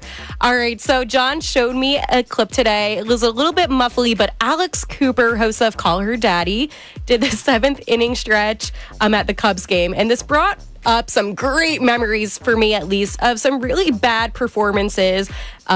With Fergie doing the anthem, we had Snoop Dogg. So I want to ask you guys, what was the most cringy? I don't want to put you on the spot too much, but what was the most cringy performance that you saw at a game, whether it was the national anthem, 7th inning stretch, or whatnot? Gosh, I got to think of this. The track star. Yeah. Yeah, it's going to come to me, too. He was at the Nets game. Hey, Gosh. Carl Lewis? Carl Lewis. Yeah. Carl Lewis. That's a good pick. First of all, Carl Lewis did not even know the words to the national anthem. That's tough, man. You got, What? come on. Like, What? What are we doing here? I mean, how do you not know the words? That's a bad one. Yeah, I don't know. Fergie's the first one that comes Yep. to mind. That was just flat out terrible. But there's more good anthems than bad anthems out there, and more good singing than bad singing. Carl Lewis, by the way, sounded like I'm sounding this morning with my voice cracking. Yeah, He was terrible, but not knowing the words to the national anthem. you can't do that. And it's the same words every single time. By, and by the way, the national anthem is not a performance piece. Yep, It's an anthem. right. It's not like make it your own, change it up. I like the different interpretation sometimes. Listen, this song's been around for over 200 years now. By the way, I don't prefer it. Yeah. I think we have better. Like, I think God Bless America is better. Yeah. I think America the Beautiful is better. I I think they're much easier for the normal people to sing. I think it should be God Bless the USA. You love to sing. But you love to sing, too. Yeah. I'm available to sing the anthem if anyone wants me to do it. Connor likes to sing. I got it. I It's can right see in him my doing this at vocal a range. Phillies game. Connor likes to sing. Too many people. No, I'm talking about like a Little League game or something. You would have no problem singing. Beer League softball, sing the anthem. Come on. I get nervous. All right, well, I don't like talking in front of people. You know what makes me Please. nervous? Not being able to hit this last point. This is a replay from what you guys said earlier today. So did the Phillies get shown the proper respect or not in their All-Star game appointees? So this is a really interesting conversation. Last year, the Phillies had their entire infield in the All-Star game. And this year, having Schwarber and Wheeler, that to me insinuates that maybe there is a little bit of disrespect going on. Now, I'm not trying to say that the fans turned on the Phillies, but at the same time, they are a great baseball team. Maybe individually they're not performing as well as they should have been performing, but I feel like this is going to be some motivation to fire up the guys. But, I mean, you go from having 9 last year to only having 2 this year. It just doesn't sit right with me. I don't know if it's a fire up point. Like, Johnny, you can tell me what you think about this, but I don't know if the guys are like that. People want to be all-stars. I'm not saying that, but I don't think guys that didn't make it are like sitting at home like, damn, that's ridiculous. I'm going to show them all up in the second half. Like, I don't know. All-star games in sports are not what they used to be. They don't carry the same esteem. I still enjoy it, though. I like it. Oh, I'll watch. And the home run derby? Hell yeah, can't wait. But I just don't think guys are broken up. I don't know how much motivation it is for the guys that did not make it. The only thing, money, Yeah. is a motivation to some, but No, absolutely. But for a guy like Trey Turner on that contract that he's on, I don't think he's sitting at home like crying in the dark because he didn't make the 25 All-Star team, even though I think he should have. good job, HTS. Thank you. By the way, one other thing for headlines. Told you guys before the show something that happened when I was away. The first item that I will check off my post-cancer bucket list of things I wanted to do will come up a month from tomorrow I'm excited for this for you. on 8/8, so August 8th. I will be on The Price is Right. Well, I'll be in the audience. Yes. And potentially on the show. That's going to be This is exciting stuff. I've got to work my way on. Bro, that would be sick. I watched it every day during my cancer treatments. I would watch it. I would watch it on the iPad just to pass time at when I was doing my treatments. Yeah. I would lay on the couch and yell at the TV, and my wife would go, they can't hear you. And I was able to secure tickets. So I found a Friday taping before football season.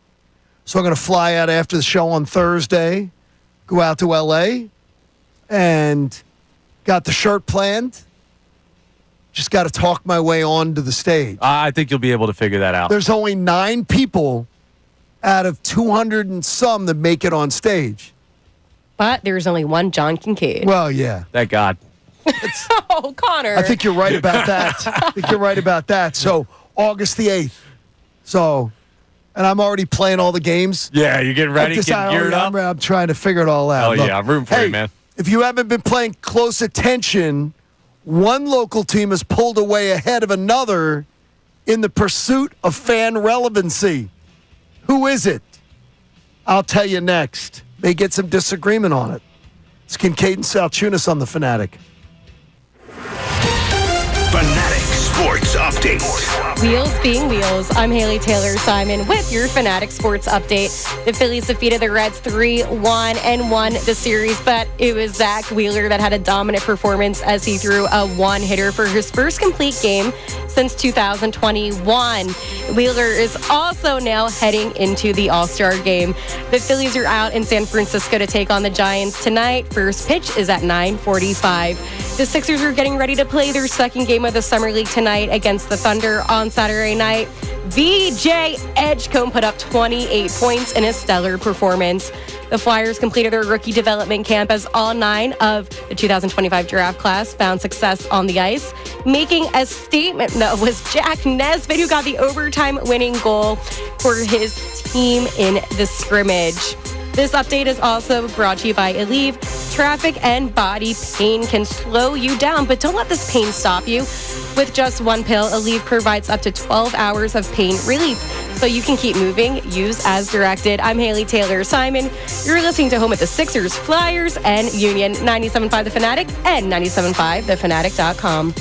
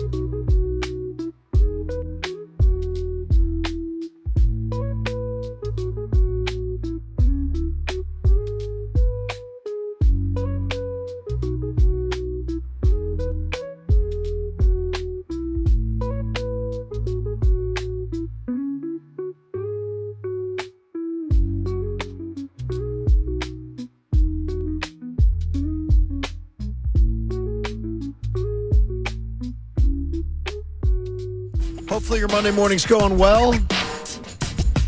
Trying to nurse this voice. This happened like all of a sudden. Yeah, I know. You didn't have that this morning when we were in here really prepping. weird. Kincade Salciunas, that's Connor, that's Haley. This is me, despite the creaking of my voice. I think a lot of people post 4th of July weekend are going to sound like that getting back to work today. Thing is, I didn't have it this morning, which is really weird. So yeah, I don't know. Don't know what's going on. So I want this to be a conversation of all, God, this is weird, of all the sports teams in Philly. Okay? If I was to say to you, give me the tree of talent. So make it a talent tree. Yeah. and you get to include if there are minor leagues. Mm-hmm. Who has the best tree? Are we all agreeing the Eagles? Eagles easy one. Eagles easy one. We do not even have to discuss it. Not even close. 16 days till their first practice. We do not even have to discuss it. Who's second? It's the Phillies, and not even close to another team. The Flyers and Sixers are both distant from the Phillies. Okay, give it to me with the Phillies. Well, you've got because of the team they have at the major league level. You've got superstars in the sport. You have one of the top pitching prospects in baseball in the minor leagues. You have a couple other guys that are notable prospects. I think they have 5 on the top 100 list right now. So it's not like the 5 years ago farm system where there was like nobody in it. And they have the most talent of any of the 3 remaining teams at the actual professional level. So it's the Phillies. I would agree with Connor. Yeah, you God, I can't almost deny hate it. saying that because they just always say it. I always love it when people say that on the I bite my tongue when text. I say that. But I agree with you. It's Phillies, and I think it's fairly easy to say Phillies. Yeah. Now, the next one's difficult. I don't think it is. I don't think it is at all. The Flyers have blown past the Sixers. Blown past them. Flyers are in the left lane waving to the Sixers. Waving out the window. Keith Jones is driving. Danny Briere is waving out of the passenger window at the 76ers. Yep. You cannot The Flyers tree. I could absolutely deny that. The Flyers tree has so much more fruit on it. It's not even because the fruit, if we use the Phillies example, and we use the Eagles example, the fruit on the Sixers tree is not fresh, is not blooming. No, the main fruit that you're looking for is not fresh. But the Sixers have, when you just look at the backcourt right now, all 25 or younger. They're going to have Quentin Grimes back. By the way, I do like if you say to me Tyrese Maxey. Yeah. Love Tyrese. I mean, Maxey's still 24. McCain was the odds-on rookie of the year favorite last year before he went down. You've got the number 3 overall pick in VJ Edgecombe. We'll see what he is. But I'm excited. Yeah, I like Quentin Grimes. I like Justin Edwards as a young player that has major upside. Like a lot of people who are deep in the weeds with NBA stuff really like Justin Edwards as a future player in this league. The problem with the Sixers is the goal for them is championship, or at least get out of the second round. And the guys that get you there are not the 24 and 25-year-olds. And I think that's part of the problem is the Flyers have gotten onto the plan of creating the next generation of Flyers hockey. Right. While the Sixers are clinging on to this, we can still fix what we tried to sell you on for a decade. Yeah. Which I don't believe is going to happen. Yeah, I think if you're telling me, like, who's had the better offseason right now, and we talked about this a little last week, and if you want to make the argument that the Flyers have had the better offseason than the Sixers at this point, that's absolutely fair. Right? And I really like what they did with the draft, getting some size in there. Drafted a whole bunch of big boys. But I can't get to the point of a team that hasn't come close to, like, true contention, and they shouldn't have in the Flyers. No. Where I look at them and I say, well, they're driving past, and they've clearly surpassed the Sixers yet. Talking about the talent tree. Yeah. Where your future is. Right. The Flyers shelves. I would tell you that when they come out with organizational rankings, I'm going to tell you that they're going to say the minor league system is probably going to end up around 12. Okay. Something like that. Yeah. 12, maybe 11. They were 28th a few years ago, Haley, weren't they? Like 28th? Yep, they were. 29th? Yeah, they're building this thing well. And in 2 years, they're taking it to where they're going to be scratching the top 10. Yeah. Yeah, but if you look at it like building a house, the Flyers foundation is built, and they have maybe like a wall or two. But I don't know if got there's a roof on the building. They have a star. They have a star better than any star the Sixers have. They do. Well, the Sixers have a roof and walls and a foundation. Like the team is built. It just isn't built correctly. But they have a star better than anybody the Sixers have. Who, in Michkov? I don't think we can say that yet. Yes, you can. But you can, though. You can. Because On what the argument? stars of the Sixers, the stars, Yeah. are not better than Mishkov right now at this point. Because Joel Embiid is a hobbled version. Joel Embiid was a amazing, crazy talent.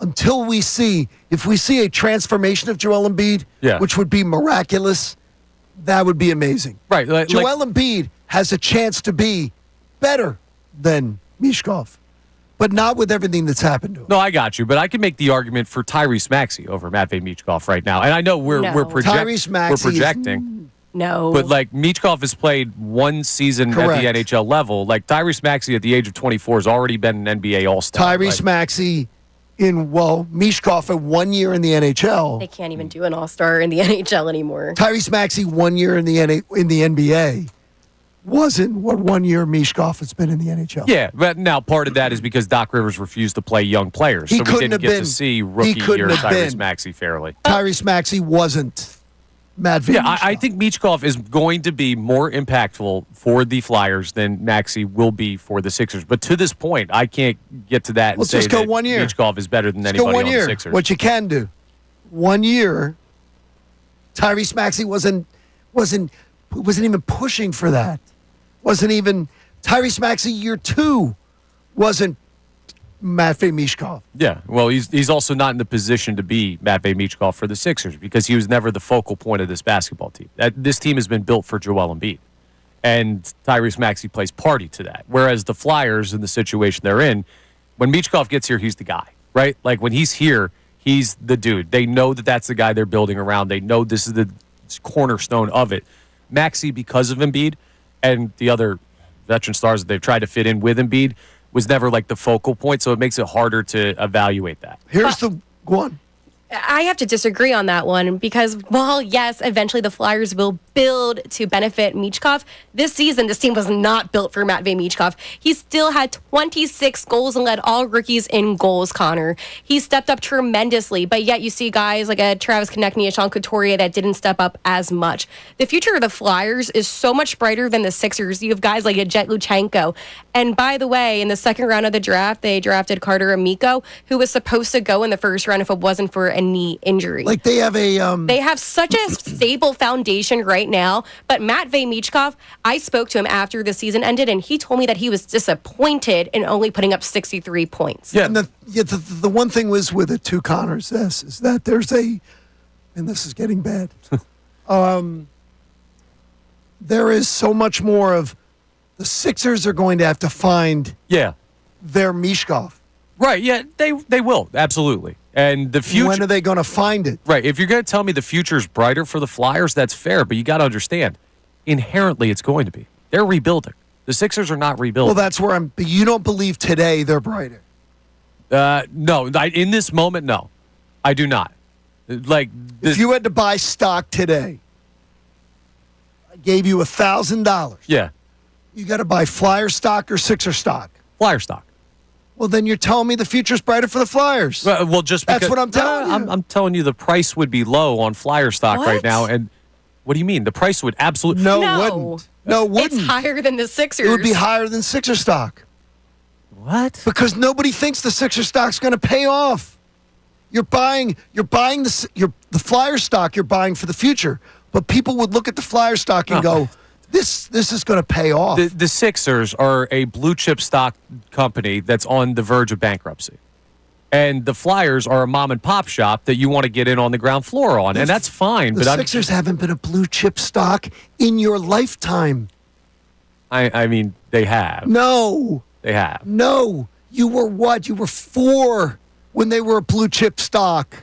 They haven't been a blue chip stock. They haven't been a blue chip stock in a quarter of a century. It's a lot of projecting out for the Flyers for a team that has not competed for the postseason. They were in the running 2 years ago at the end and came up short. And this last year, they were nowhere close to do you playoff think people are contention. buying stock in the Sixers for the future? No, not at all. But I'm just saying in this moment that would be the more expensive stock to buy because you have the veteran talent on the team. The question of why it's risky is just everybody's always hurt. 610-632-0975. Send along a text. Want to see where you're buying stock in. If you had $1,000 today, you're buying stock in a franchise. Yeah.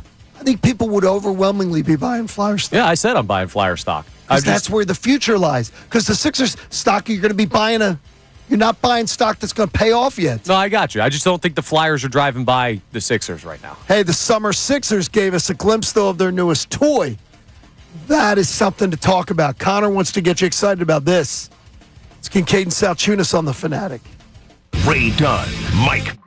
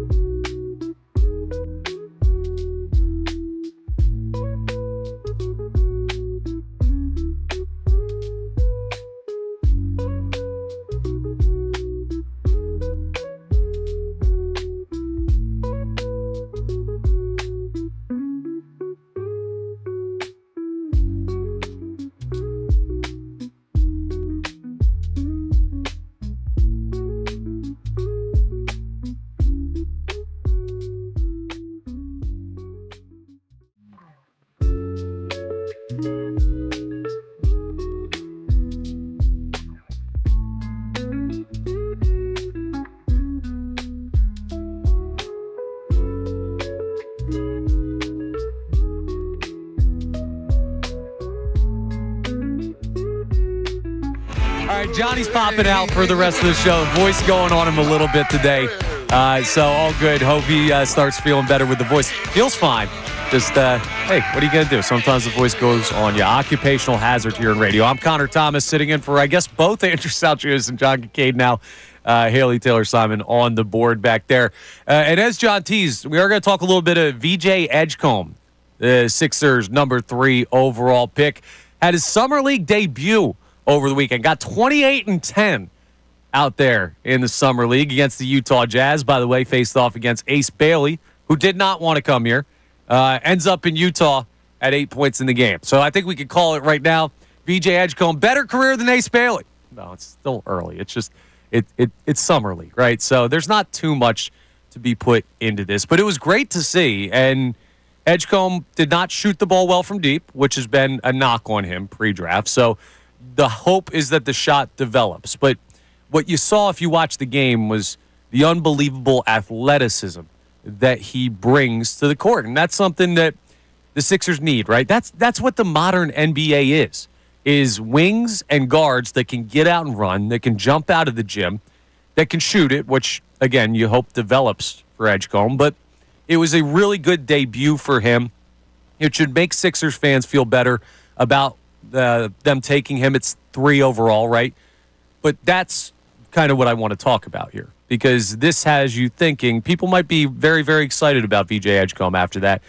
Easy kid to root for, so I'm not telling you not to be.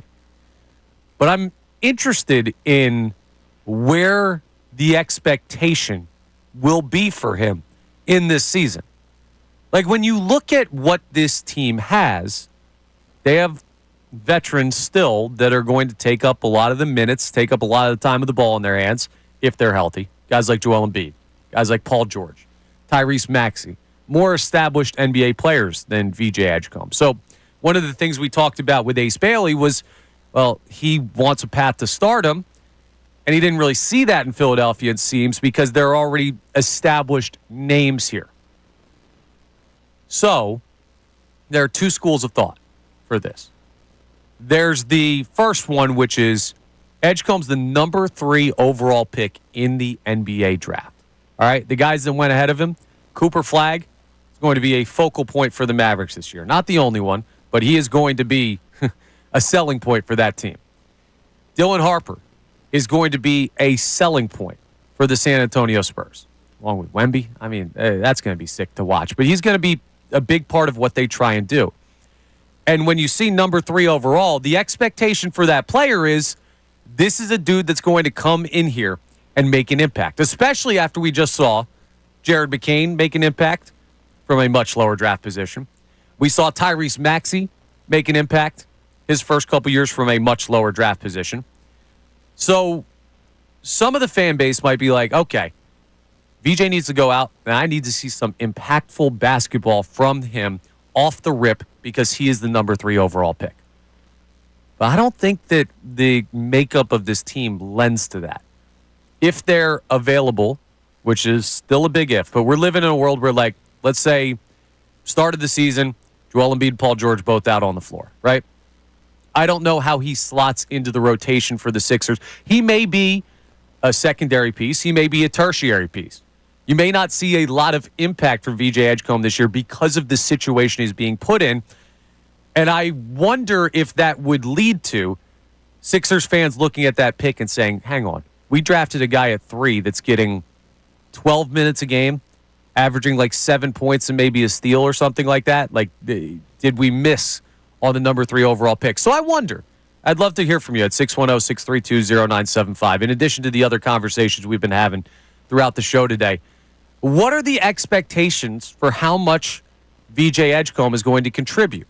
Are you setting them properly? I'll let you know if I think your bar is too high, because I don't think we're seeing Dylan Harper. I don't think we're seeing Cooper Flagg. And those are high bars, but my point is this. I don't think he's going to be a guy on this team that gets the opportunity to make the impact of a typical number 3 overall pick, and I don't think that's necessarily his fault. I think it's more the situation. That's my thought on it. But I want to hear, Sixers fans, what you think about your new rookie that actually, I mean, he looked really good. He's not going to go get 28 regularly in actual games for the Sixers because of what we just talked about, but hard not to be excited about him. So my thoughts on that there. Now, what do we have on the text line, Haley, on any of our conversations from earlier on in the show or that VJ one? Yeah, absolutely, Connor. I'm sure we're going to be getting some VJ texts very soon. However, there is a couple of comments talking about the previous conversation about the the Flyers Sixers? Mm-hmm. And this is from YouTube. MBD says, I would rather just cash in. But we have a lot of people that are going back and forth on this on the text line. But a lot of them say that they would rather put money on the Sixers than the Flyers. Why are they saying it? Just give me a general idea of just like, is it that the team's more ready to win now? Is it the overall quality of like the average player? Right now, the main reason that people are saying, like Mike is saying this, Timmy is saying this, that they just have better talent at this moment. And they have a good young core that, they didn't give names, but obviously like a Jared McCain, Tyrese Maxey. So, Quentin Grimes, Justin Edwards, VJ Edgecombe. And with the Flyers, in all fairness, a lot of their young guys won't be ready for a couple of years. So you can't really say at this moment. Like, that's the thing. If you had to ask me, like 10 years down the line, gut feeling, who's going to be in a better spot, you'd probably take a safer bet on the Flyers because they are rebuilding. They're taking their time. They're doing it right. If the Flyers are the construction worker putting together your house, right, they're up to code. They're doing every last thing, checking every last screw and nail to make sure everything fits perfectly. And that takes time, right? Building things the right way does not just happen overnight. So I understand the argument of, hey, the Flyers are starting to set themselves up well and have been for the past couple years for future contention. But if you're telling me right now that, like, and what John was saying is that they're driving by the Sixers in the left lane, waving at them out the window, the Flyers, in my mind, have absolutely not past the Sixers when it comes to where we are at in the moment now. Now, if you're telling me, you ever ride Kincade? You remember that old road? Yes, they shut it down, unfortunately. I rode it. Yeah, they bulldoze it down. But you know when you're sitting in it, like right before you go off, it's one of those like propelled ones. There's propulsion to it. It doesn't just drag you up. It just shoots. Yeah, exactly. So there's the little cockback of the train that goes over the hill. That's kind of where the Flyers are. Like, they're loading up. Mm-hmm. They are. I think they're in a good spot. But the Sixers are already making their way. We're at the top. The problem is they might be one every once in a while, like one in like 100 times. They did the Kincade ride over at Six Flags in Jersey. It wouldn't have enough to make it up to the top, and it would roll backwards down the hill. Rollbacks, they happen. The Sixers are on rollback status, right, and have been for a while now. But they're still further along the track than the Flyers are. That's my only point in that conversation. So I'm not ready to laud the Flyers just yet on any type of contention or where they're at as far as quality of player. But they have done well this offseason to continue to build this thing the right way.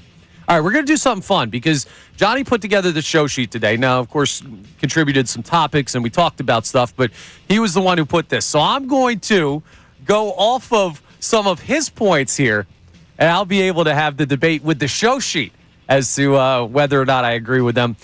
Coming up next, though, is one of the ones that I wanted to talk about. And we talked about Zack Wheeler earlier today, but my goodness, do we need to continue to talk about Zack Wheeler? Is he at a point where this is finally the year for him, where he deserves the accolades that he has not yet gotten in his Major League Baseball career? We'll talk about that coming up next. And also a little something on Nick Castellanos, as we had an interesting moment at the end of one of the Phillies games over the weekend that got caught on the TV broadcast. We'll talk about that next year. This is Kincade Salciunas. I'm Connor Thomas, and for both John and Andrew, Haley Taylor's timing on the board. We're back for more after this here on 97.5 The Fanatic. Fanatic Sports Update. Wheels being wheels, I'm Haley Taylor Simon with your Fanatic Sports Update. The Phillies defeated the Reds 3-1 and won the series, but it was Zack Wheeler who threw a one-hitter for his first complete game since 2021. Wheeler is also going to be making an appearance in the All-Star game. The Phillies are out in San Francisco to take on the Giants tonight. First pitch is at 9:45. The Sixers are getting ready to play their second game of the Summer League tonight against the Thunder on Saturday night. They did fall to the Jazz, but the Sixers' third overall draft pick, VJ Edgecombe, put up 28 points in a stellar performance. The Flyers completed their rookie development camp as all 9 of the 2025 draft class found success on the ice, but making a statement was Jack Nesbitt, who scored the overtime winning goal in the annual Briere and Team Jones scrimmage. I'm Haley Taylor Simon, and you're listening to home of the Sixers, Flyers, and Union at 97.5 The Fanatic and 97.5thefanatic.com.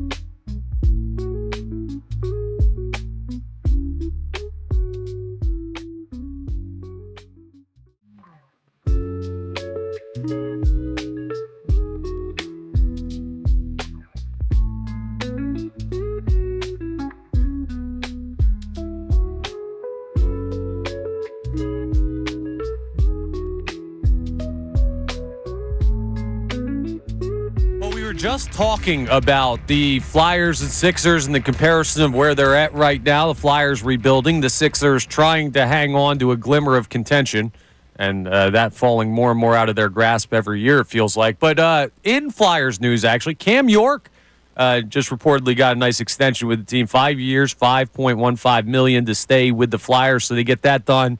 Not too expensive of a deal for a player with some upside. So, hey, Flyers continuing to, they're just rebuilding this young core and trying to find a way to keep the guys that they want in this city. So, got no issue with that move. Haley, your thoughts? Yeah, I like it. It's not too much money. It was kind of what it was rumored to be around, a little bit short, less than that. It was rumored to be about 6 point something. So this is a good price. He had a little bit of a rough season last year, Connor.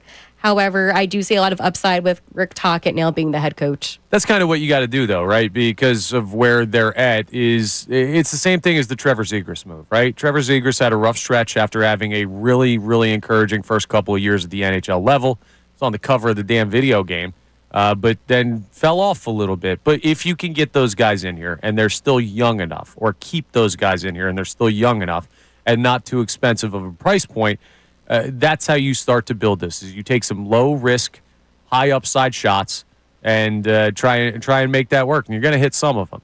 And that's the whole idea behind a rebuilding team. So a nice move there by the Flyers as their offseason continues. Now, Zack Wheeler is making a hell of a lot more money than Cam York, and should be, especially with the performance that he had yesterday and the performance he's put out there all year. Another dazzling start by Wheels. We talked about it earlier, but a pitch away from a perfect game. I mean, it was the one hit given up, a home run to Austin Hayes, broke up the no-hitter, the perfect game, the shutout, all in one swing. So that's annoying. And it's also annoying that it's Austin Hayes, who was here last year. Just like, of course it is, right? That's just how it works. It's always the guy that was here that ends up having, not that it won them the game or anything, but still, first perfect game. First complete game since 2021 for Zack Wheeler. First complete game of the year, I believe, for Philadelphia Phillies pitchers. And there's only been, like, that's the thing you think about. If I told you the Phillies had not had a complete game until yesterday's contest, you would have said, really? With this pitching staff? That's crazy. I feel like they've had one. Wait, no, I guess they haven't.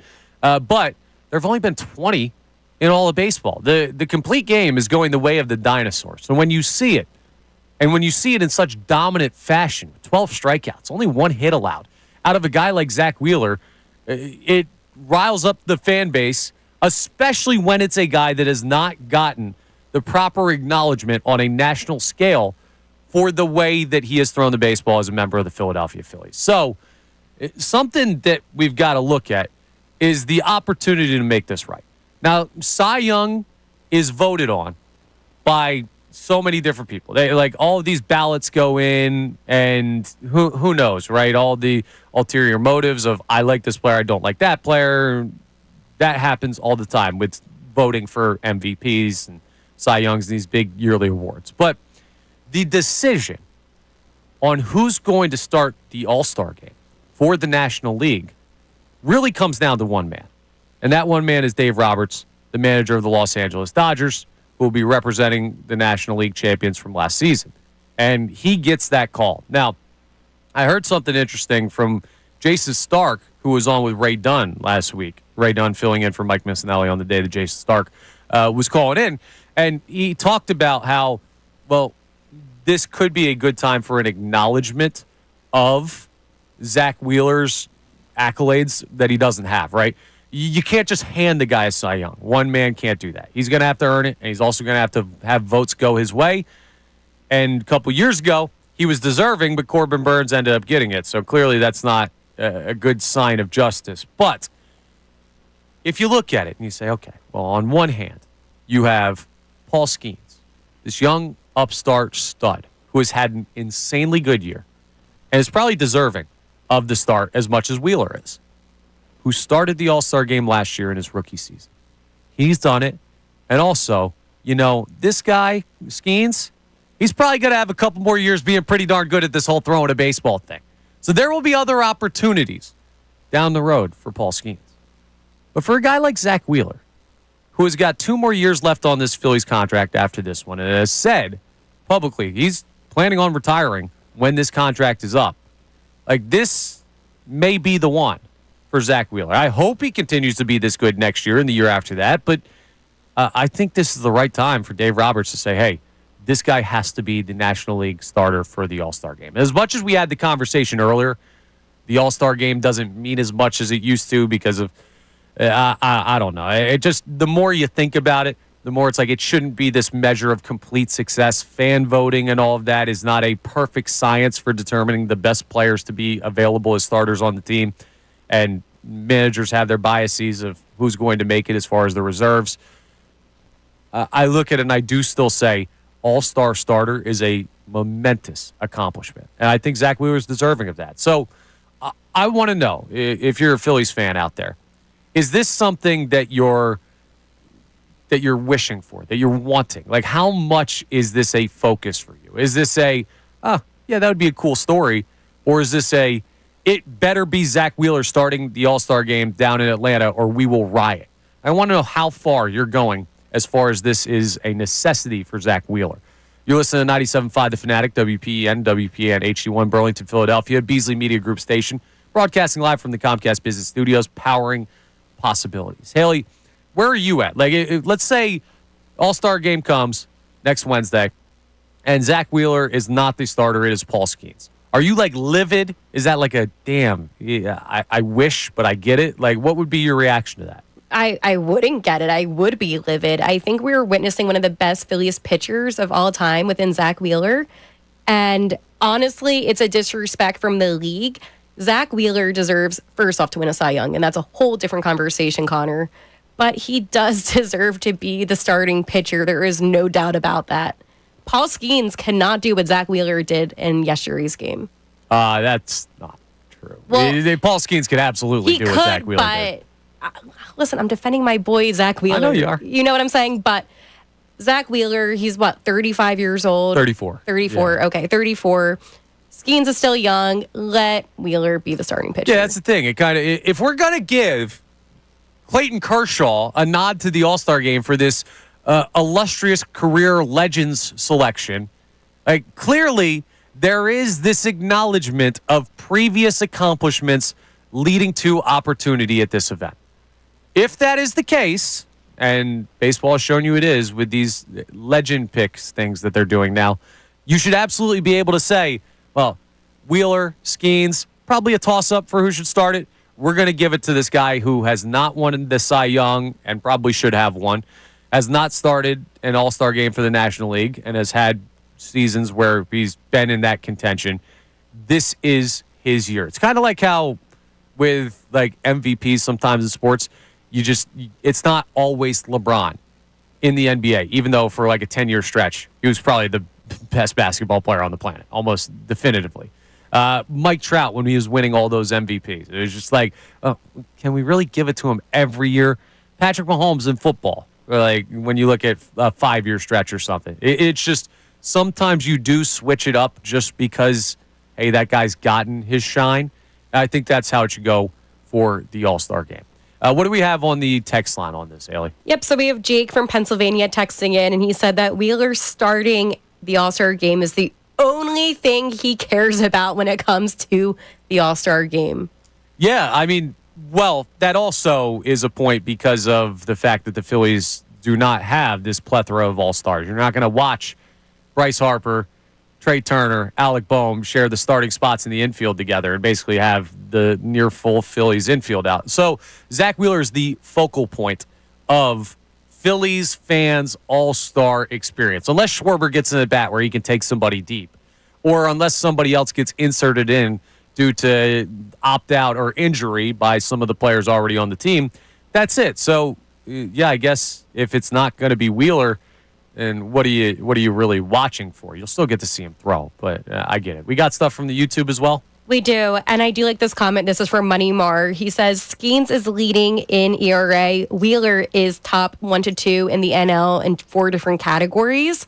So you do have that argument as well, is what truly does matter statistically to choose your starting pitcher. That's a tough thing because it's an exhibition game, right? This is not, back in the day, I don't know how many people remember this. I don't know how long ago they stopped it, but the All-Star game actually used to determine who was the home team in the World Series. And that was wild because guys would actually try to win that game if their team was in contention, but it also felt weird that maybe you have 1 or 2 representatives and that's determining whether or not you get home field advantage in the championship series. So, but it is an exhibition. So whether it's deserving or not, and it is, I'm just still even saying it's not that big of a downside if you go Wheeler over Skeens. I'm not advocating for Christopher Sanchez or Ranger Suarez to be the NL All-Star Game starter.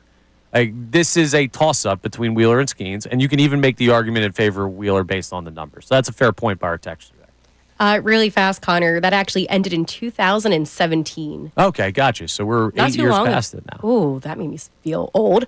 And then we have one more comment, Connor, saying that this is, I believe it's from MBD, a bunch of letters for those that know. I just want Zack Wheeler to be healthy for October. I got you. Now, All-Star game starter is going to throw 1, maybe 2 innings, right? So it's not like it's going to do anything to him to go out there. Health is the most important thing, which, it was definitely... It wasn't a thought yesterday, but it has been a thought in my mind when these guys go deeper into games, the starters. You kind of have to because the bullpen stinks. But number one most important thing. And we had a texter earlier bring up, hey, it might be better that these guys are getting rest, the guys that were All-Star game snubs or close to making it and didn't. So prioritizing what's going on with the team is always 1-1, right?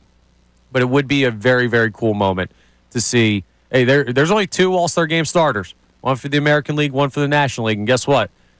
If it's yours, that's a really cool accomplishment. Phillies fans should be excited about that. Also, with the Castellanos thing, which we didn't totally get to there, but there was like a little, looked like jawing. The Phillies were like yelling at some people in the stands after one of the games, yelling from the dugout up over their dugout. Guys, can we just leave them alone a little bit, right?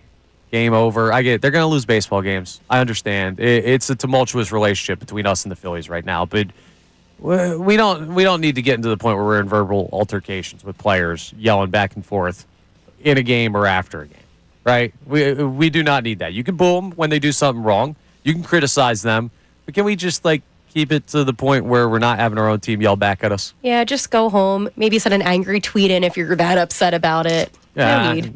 I mean, I don't get it, man. You could be upset with how the team's playing, but don't take it to a level where that happens. And we haven't seen that from this team. So I'm not going to say like, oh, players are totally faultless all the time. But I am just saying like this team does not normally engage in that type of stuff.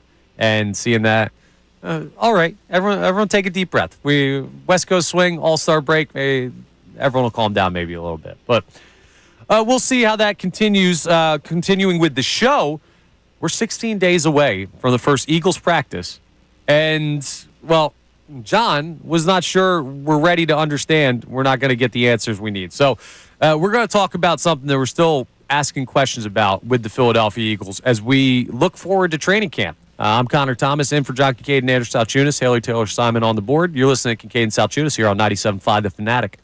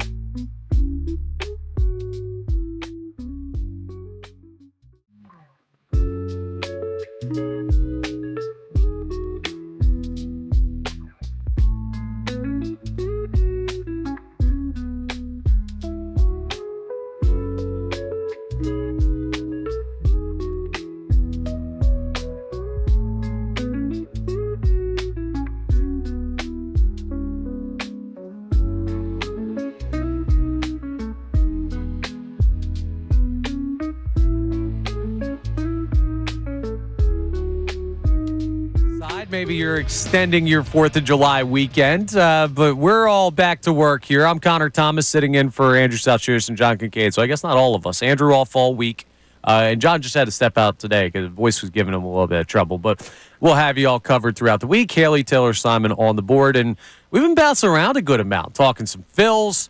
Sixers and Flyers conversation got a little heated there with the who's in a better position. There's been a lot of fun stuff to get into because it was a busy weekend. You saw some Flyers moves. You saw the Sixers and Summer League getting things going. You saw Zack Wheeler look like the best pitcher on the face of planet Earth yesterday as the Phillies took a series from the Reds. And soon, you're going to see the Philadelphia Eagles in training camp. We're just 16 days away from their first training camp practice. And from there, it will be the getting ready, gearing up for the preseason. And before we know it, they'll be hanging a banner and taking on the Dallas Cowboys in Week 1, Game 1 of the NFL season. So it'll be here before you know it. But with training camp on the horizon, are we really going to learn anything about this Philadelphia Eagles team between now and when they step on that field Week 1 at the Link to take on the Dallas Cowboys? We may see them make other moves, but with the players who are currently on the roster, how much information are we going to gain? And that's a tough question to answer, which is part of the reason it's being asked. The Eagles' strategy, which I have no issue with, has been very, very conservative in the lead up to previous seasons. They don't play guys in the preseason. They don't put dudes at unnecessary risk. They have been, as a partial result, because we can't fully 100% say, oh, that is why they've been healthy. But they've been remarkably healthy compared to their peers. So whatever they're doing is working, right? They won the Super Bowl last year. It worked on the field. They had a pretty darn healthy team for it. It worked in the injury sense. But does that concern you? Like, what are we still looking to learn about the Philadelphia Eagles? I think the big point, and it has been since this man was hired, will be what can Kevin Patullo show us?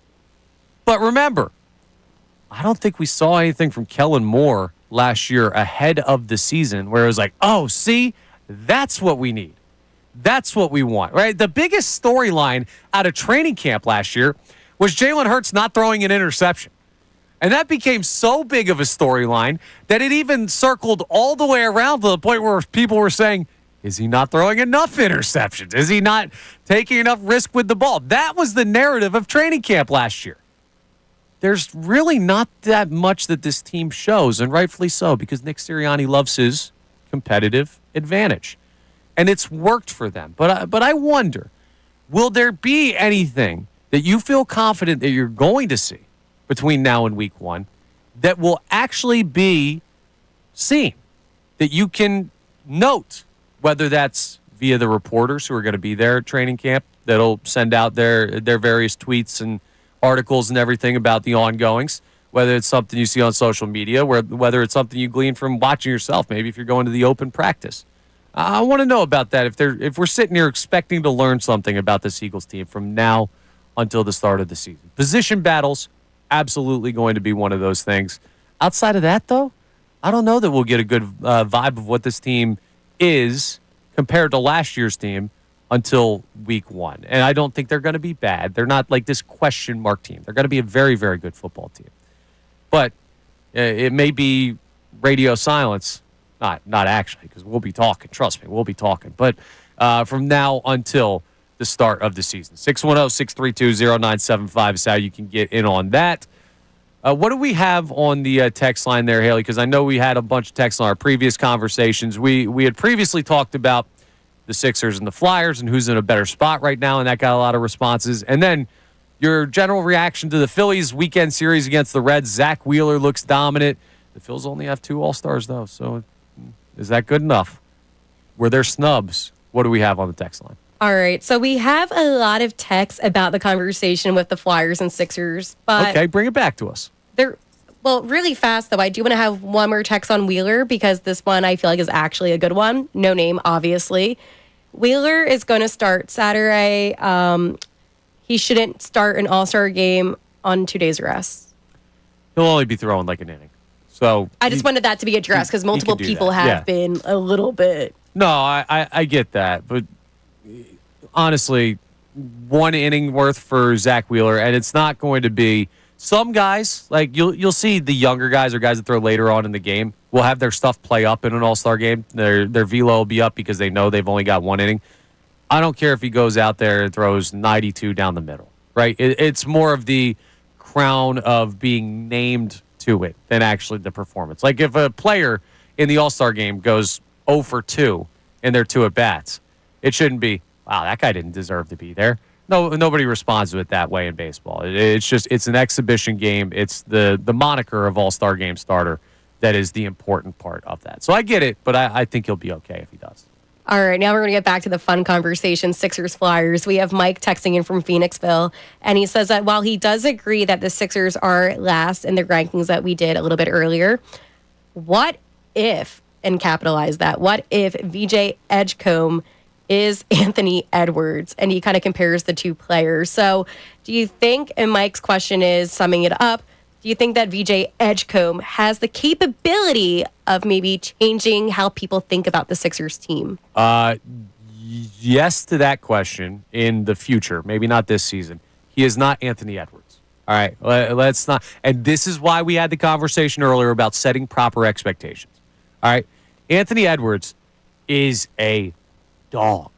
Not just because he went to Georgia. No, that guy is like face of the NBA caliber good. He is a monster. Shoots it well. Can get to the rim.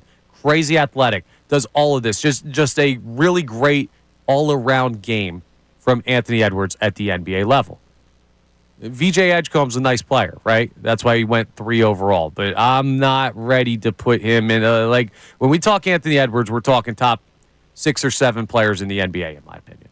When we're talking VJ Edgecombe, we're talking about a guy who might get 12 minutes on the Sixers team a game, maybe like 14, 16 minutes a game. We'll probably come off the bench to start the season.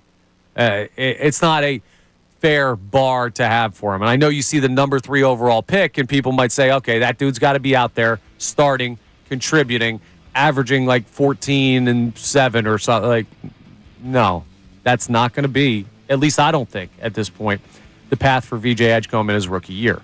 So maybe a little bit lofty there on the comparison to Anthony Edwards, even though they are both very athletic players that do both play the guard position. That, to me, is where the comparisons can slow down at this point. After 1 summer league game. See, that's what I love about this fan base. You see a guy play 1 summer league game against just like young players, and the next thing you know, we're getting a text saying, oh, could he be Anthony Edwards? All right, well, we'll slow our roll a little bit on that one. You're starting to sound like Haley and John on Meachcoff. Oh. All right, coming up next, we're going to discuss a little bit more Bryce Harper and his current situation, because Johnny and I were talking about this earlier. He had a rough first 5 games back to this point from his wrist injury. We know he's going to have to manage it. What are we looking at as far as Bryce Harper's contribution level to this Phillies team, and how does that affect their ceiling? We'll talk about it more next year on Kincade Salciunas, 97.5 The Fanatic. Fanatic Sports Update. Another great game by Zack Wheeler. I'm Haley Taylor-Simon with your Fanatic Sports Update. The Phillies defeated the Reds 3-1 and won the series. Zack Wheeler threw a 1-hitter for his first complete game since 2021. Wheeler is also joining Kyle Schwarber as he is now a member of the All-Star team. The Phillies are out in San Francisco to take on the Giants tonight. First pitch is at 9:45. Sixers are getting ready to play their second game of the Summer League tonight against the Thunder. On Saturday night, while they did fall to the Jazz, VJ Edgecombe put up 28 points in a stellar performance. Some Flyers news, as it was just announced that the Flyers extended defenseman Cam York to a 5-year, $5.1 million AAV. That is some big news for the Orange and Black. Also, the Flyers finished up their rookie development camp, and Jack Nesbitt got the overtime winning goal. Nesbitt was the 12th overall draft pick in this year's draft class. This update is brought to you by Mercedes-Benz. The Mercedes-Benz Doomsdays are back with offers on vehicles like the 2025 E-Class, CLE Coupe, C-Class, and E sedan. Hurry in now through July 31st. Learn more at mbusa.com/dream. I'm Haley Taylor Simon, and you're listening to home of the Sixers, Flyers, and Union, 97.5 The Fanatic and 97.5thefanatic.com.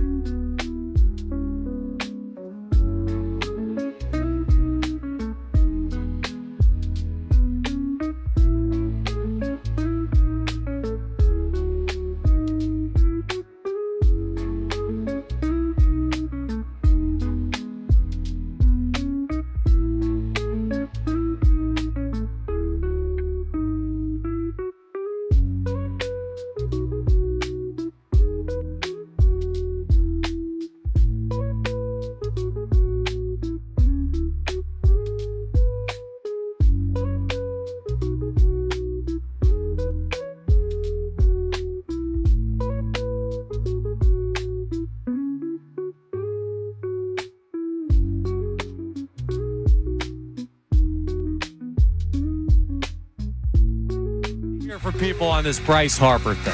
We talked about this earlier on in the show. I'm Connor Thomas sitting in for Andrew Salciunas and John Kincade. Johnny had to step out. His voice was just going on him a little bit earlier today. Haley Taylor Simon on the board.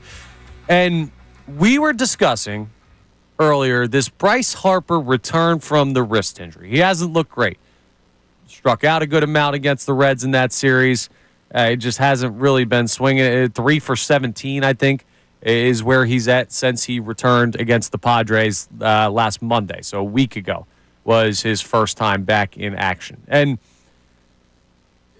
here's the thing, right? Bryce Harper's not a guy that likes to do the rehab stint. So normally when he comes back, he hasn't played in actual games. He'll see like simulated at-bats and stuff like that, but he does not do the full rehab stint.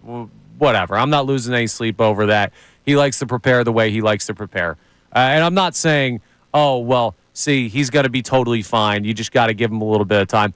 I don't know that we can say that with any certainty because of the wrist injury and the way he talked about it and having to manage it. This is going to be an ongoing story for the Philadelphia Phillies. And regardless of how we got here, we're here now, right? Whether it was something that should have been done last offseason or not, we are where we are. So how does it affect the ceiling of this team going forward? If you get this version of Bryce Harper, I'm not talking 3 for 17, but the guy you've seen this year, which has been a decrease in ability to drive the baseball. He just hasn't really looked like himself as much at the plate.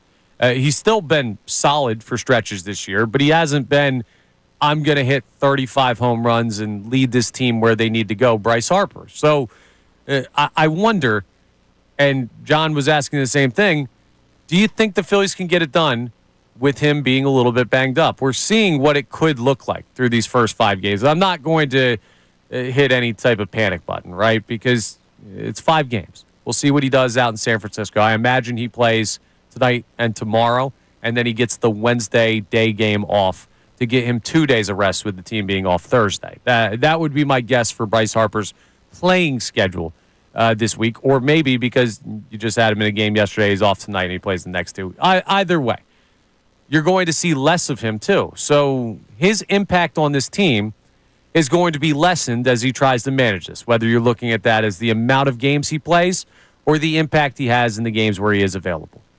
Now, I'll continue to contend that this team can still go where they need to go with this version of Bryce Harper, right? With the wrist injury version of Bryce Harper, with the guy we've seen this year.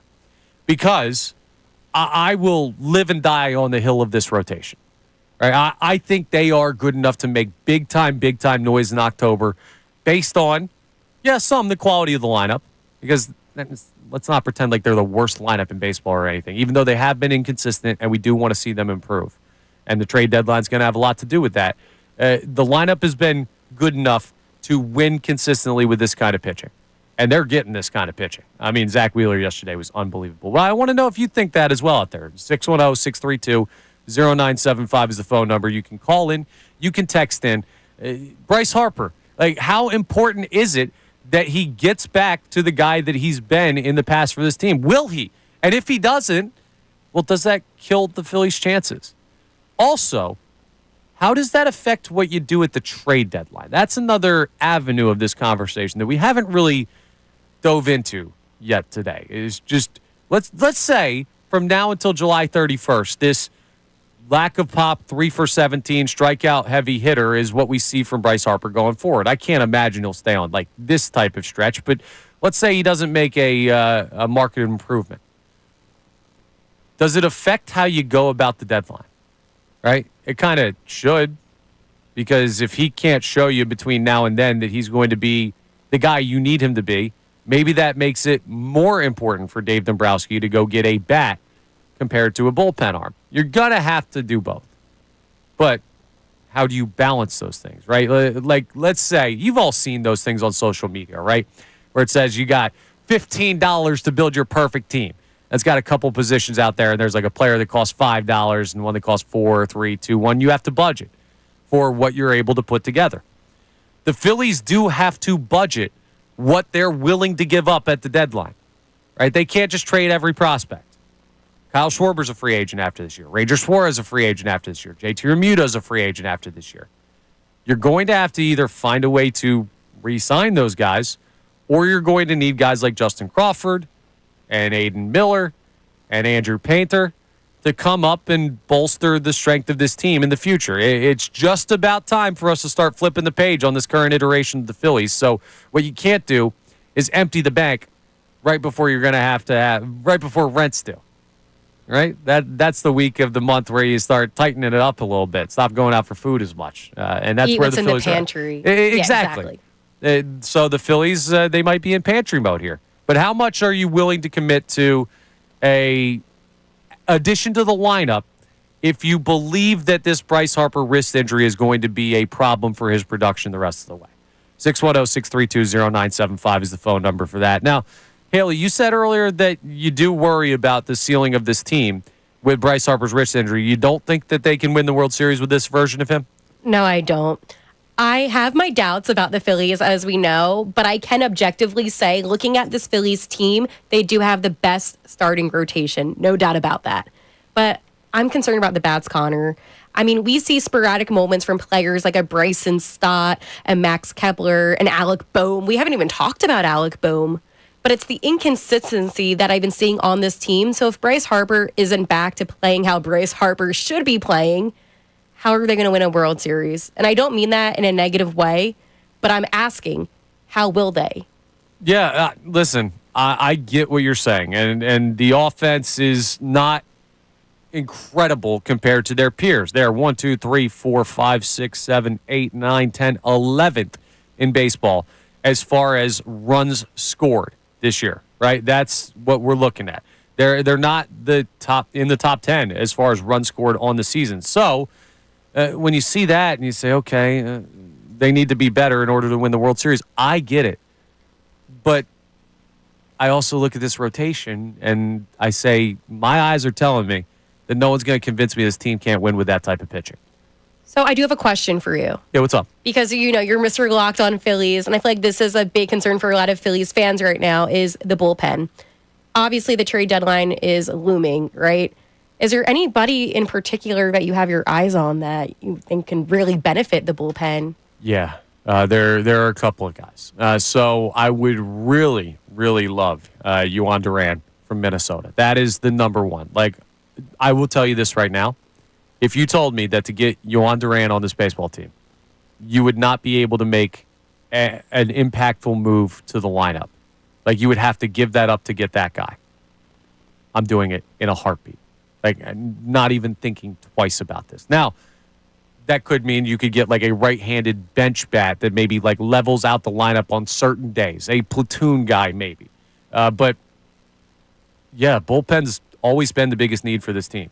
Let's not look at this lineup that has Bryce Harper, or a version of Bryce Harper, Kyle Schwarber, Trey Turner, who leads the National League in hits, Nick Castellanos having a solid year, Alec Boehm has figured it out, and other guys who can put together okay at bats, I guess. I mean, there's not much past those guys right now with how the Phillies are swinging it. But you look at that lineup and tell me that that is more of a concern to you than a bullpen where your best arm is suspended and is not eligible for the postseason.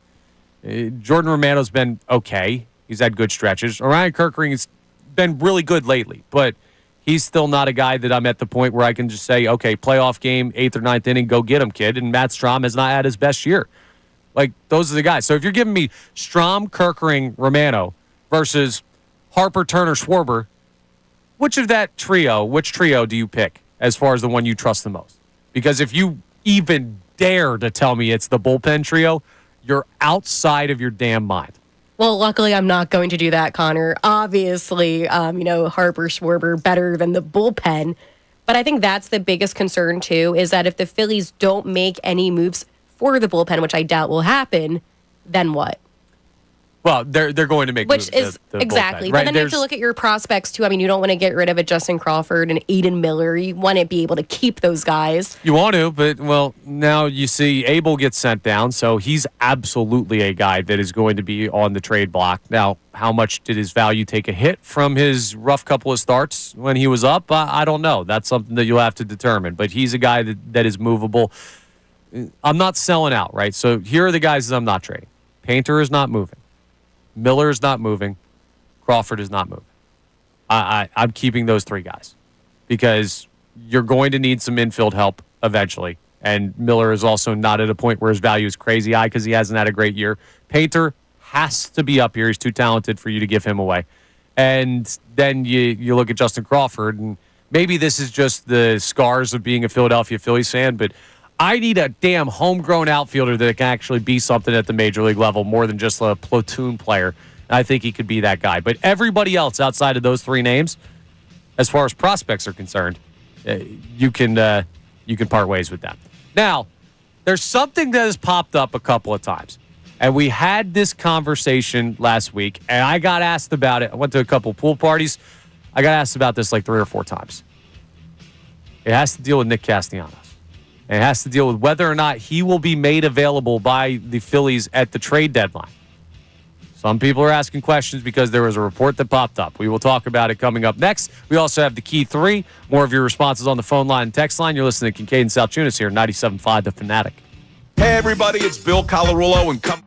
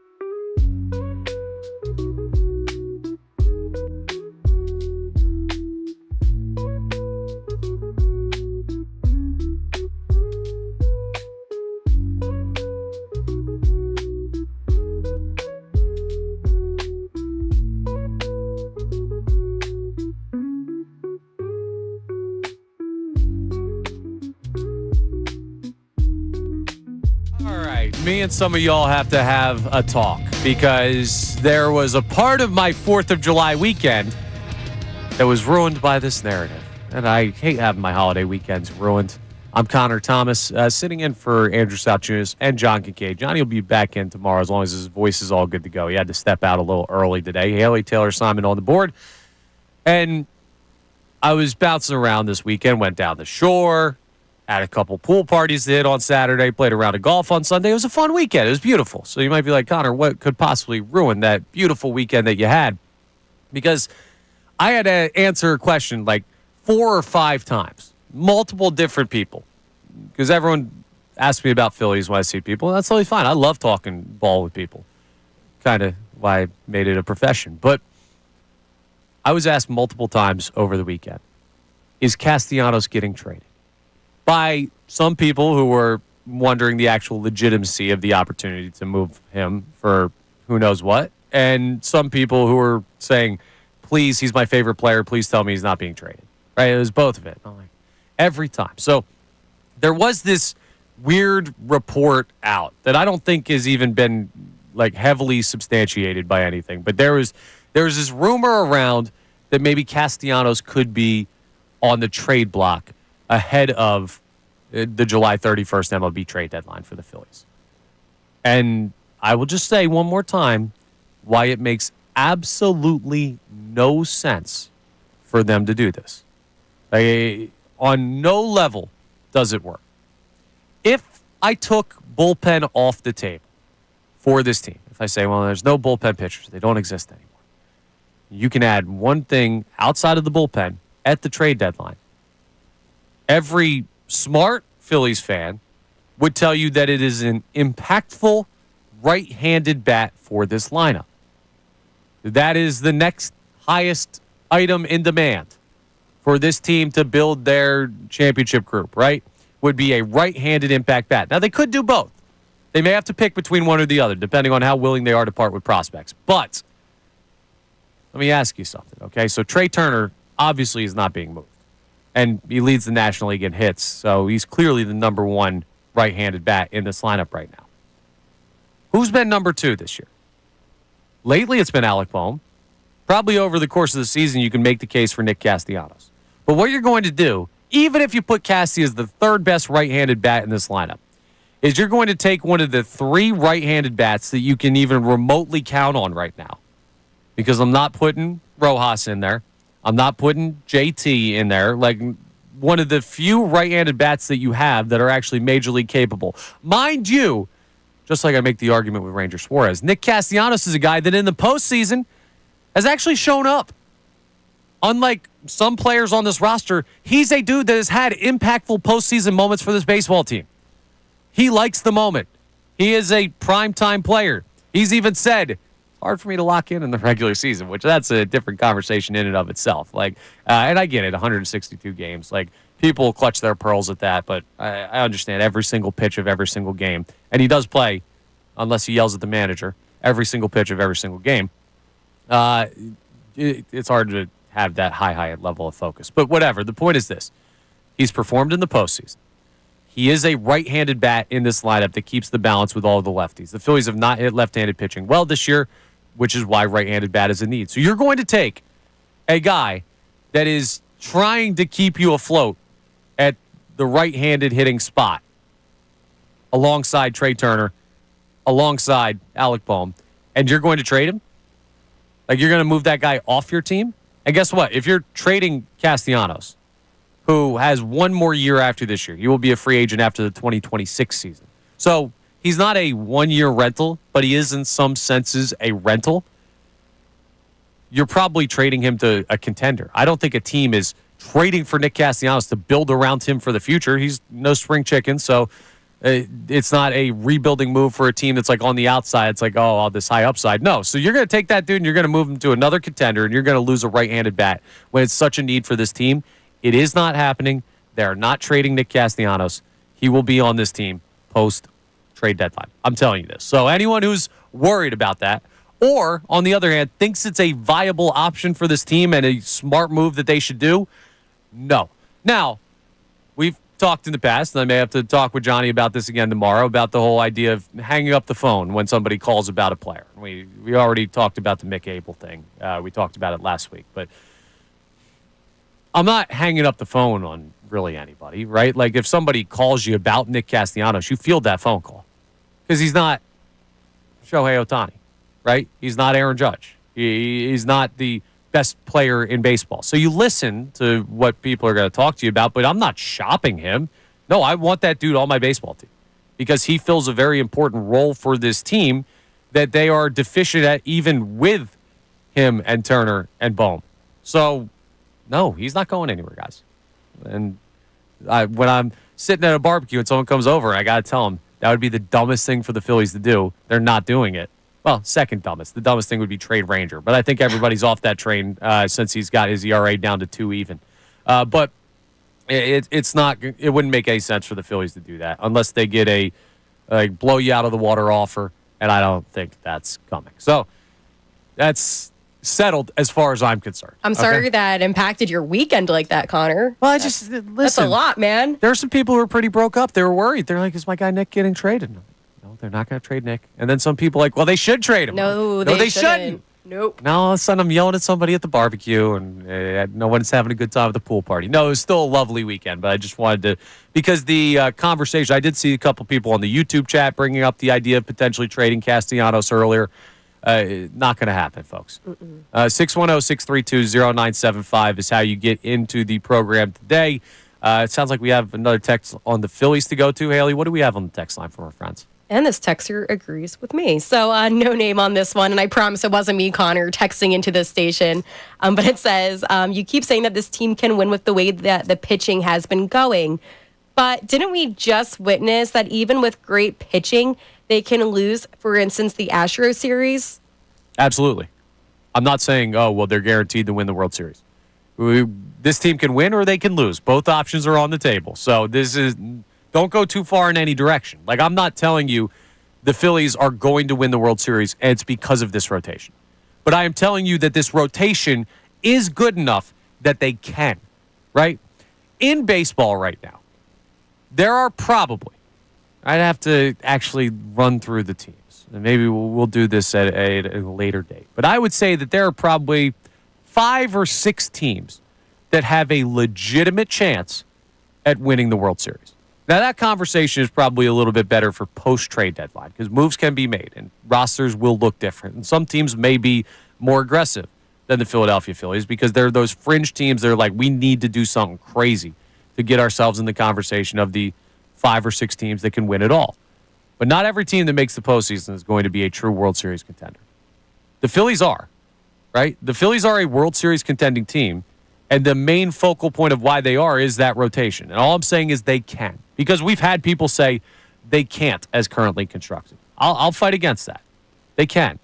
But they do still need to add. So we'll see if they'll be capable of doing that. And by they, I mean Dave Dombrowski and his staff ahead of the trade deadline. Still a ways away, July 31st. So it'll get here quicker, but there's time to determine what they want to do. The stove, though, is starting to heat up a little bit when it comes to baseball and what the Phillies can change around. It's time now for us to listen back to a little bit of today's show. The key 3, the best 3 minutes of today's show is all cut and ready to go. So sit back and take a listen to some of the stuff that we got into throughout the day. Now, the Kincade Salciunas Key 3, today's best. I'd like to start with something smiley and happy on a Monday. When your team has a successful homestand, when they win 2 series, when they beat the Padres and they beat the Reds, they've now won 3 consecutive series. When you tag that series in Atlanta onto it, they've now taken care of business 3 in a row. I mean, things are looking pretty good. You're a game and a half up on the Mets. You're only 2 games behind the Dodgers for the best record in the National League. Things looking pretty good. Yet, it never fails. The narrative doesn't seem to change with this group. That I don't feel a lot of pleasure. I don't feel a lot of excitement with this group right now. So I would say this is the Zack Wheeler year, right? Like, this is where he is at his peak. He is at his best. We already know when the contract's up, he's done. But I probably would have said that after last year. I probably would have said that after the year before. Like, he just keeps getting better somehow. He seems like he's escalating. So then I get the question yesterday of, well, why is he retiring? Why is he already announced his retirement? I think that's cool as hell. A year from now, when I'm saying it and I'm going, oh, wow, we only have what? Like another 40 starts of Zack Wheeler? Yeah. I'm going to be like, this sucks because he's amazing. He's absolutely, and it looks effortless. On Friday, July the 18th, it's going to put a ring on it. It's their ring ceremony around 6 weeks late. It was delayed. Why was it delayed? They're having a problem with the jeweler. I told them, go to Benari. They didn't listen to me. I told them, Exton, Newtown Square, go to Benari, but they didn't listen. They had a problem with the jeweler and securing the diamonds or something for the rings. Yeah. Okay. Well, they got to get like 1 billion of them. Well, they do, because they make these things really gaudy. Yeah, I love Totally gaudy. You like them? Oh, absolutely. Do you really? Yeah. I would if I ever was in a position to have a ring of that caliber, I would never take it off. I'd be the guy who wears it everywhere. Does the ring mean anything to you as a fan? Because it's the one part of your team winning a championship that absolutely means nothing to me. Like nothing. I don't care at all about the ring that the players get. I like seeing it. Yeah, I like seeing it when they get it, but it doesn't mean like everything else about the championship means. Even the banner, and I know exactly what it's going to look like. Yeah. Because they're going to make the banner for Super Bowl 59 look exactly like the banner for Super Bowl 52. Yeah. It's going to look exactly the same, just with a different logo. But I still, when they unveil it, I will still get smoky in the eyes, and it'll mean everything to me to see that banner up there. The players, when they're on social media showing me their ring, doesn't do a thing for me. Got 2 questions for you on Bryce Harper. He's 3 for 17 since his return, and he's flailing at the plate, mounting strikeouts. I believe 8 against the Reds. He's had no power almost the whole year. It's obvious that he's still hurt, and I'm proud of you, Connor, that I heard you and Andrew talking about it in the preview of the show, in the clip, something that should have been taken care of last offseason that wasn't. For some ungodly reason, the Phillies and Bryce Harper pulled an Embiid on us and let the 2025 season be affected by an injury that could have been dealt with last offseason and wasn't. Instead, they did let's vacation and rest. Let me assure you, vacation and rest is not a solution in the city of Philadelphia. Vacation and rest always backfires on us. In Flyers news, actually, Cam York just reportedly got a nice extension with the team. 5 years, $5.15 million to stay with the Flyers, so they get that done. Not too expensive of a deal for a player with some upside. All right, that was the Kincade Salciunas Key 3, the best 3 minutes of today's show. Thank you to Nate for putting that together back in the back hallway. It's been a fun day. Johnny should be back in tomorrow once he gets his voice all sorted out. So we're going to have a chance to react to Phil's Giants tonight. Now, I'll tell you right now, this is going to be fun to watch because Christopher Sanchez takes the mound this evening. And he's been awesome this year. I think he was snubbed from an All-Star game opportunity. Maybe he still will get that spot with Chris Sale being unable to pitch. Like maybe he will get the nod as a replacement player. But the guys have said as they've been on this stretch, the top end starters, guys like Ranger, Christopher Sanchez, Zack Wheeler, who threw a gem yesterday, that they all try and like one up each other. And they try and like, oh, okay, Wheeler did this yesterday. I'm going to try and do a little bit better today. There's not much better that Christopher Sanchez could do today compared to what Zack Wheeler did, but it'll be fun to see what Sanchez does, goes out there and tries to build on that great Zack Wheeler start. It'll also be very interesting to see. We brought up earlier, the Phillies have not won a series in San Francisco since 2013, I think was the number that John gave earlier. Yep. So we'll see if they can go out there to the Bay Area and find their way to a series victory. It starts with a win tonight. Can't lose the Sanchez game. He's too good of a pitcher. You got to find a way to win game 1. So we'll see what they do, and we'll also see what Bryce Harper looks like, whether or not he's playing, and how his wrist continues to hold up as we get more data points on what he could be for the team the rest of the way. But it was a fun day. Thank you so much to everyone who tweeted, texted, called, listened in on YouTube family, everybody. Thank you, Haley, for doing a great job on the board, and for Brandon and Nate back there working on stuff on the YouTube and the producing, respectively. I want to remind you to support life-saving cancer research. Join me and our generous partners, Davis CPA Group, in making a donation to the American Association for Cancer Research today at 975thefanatic.com/AACR. Cancer research saves lives. The Mike Missanelli Show comes your way next, and plenty more great sports.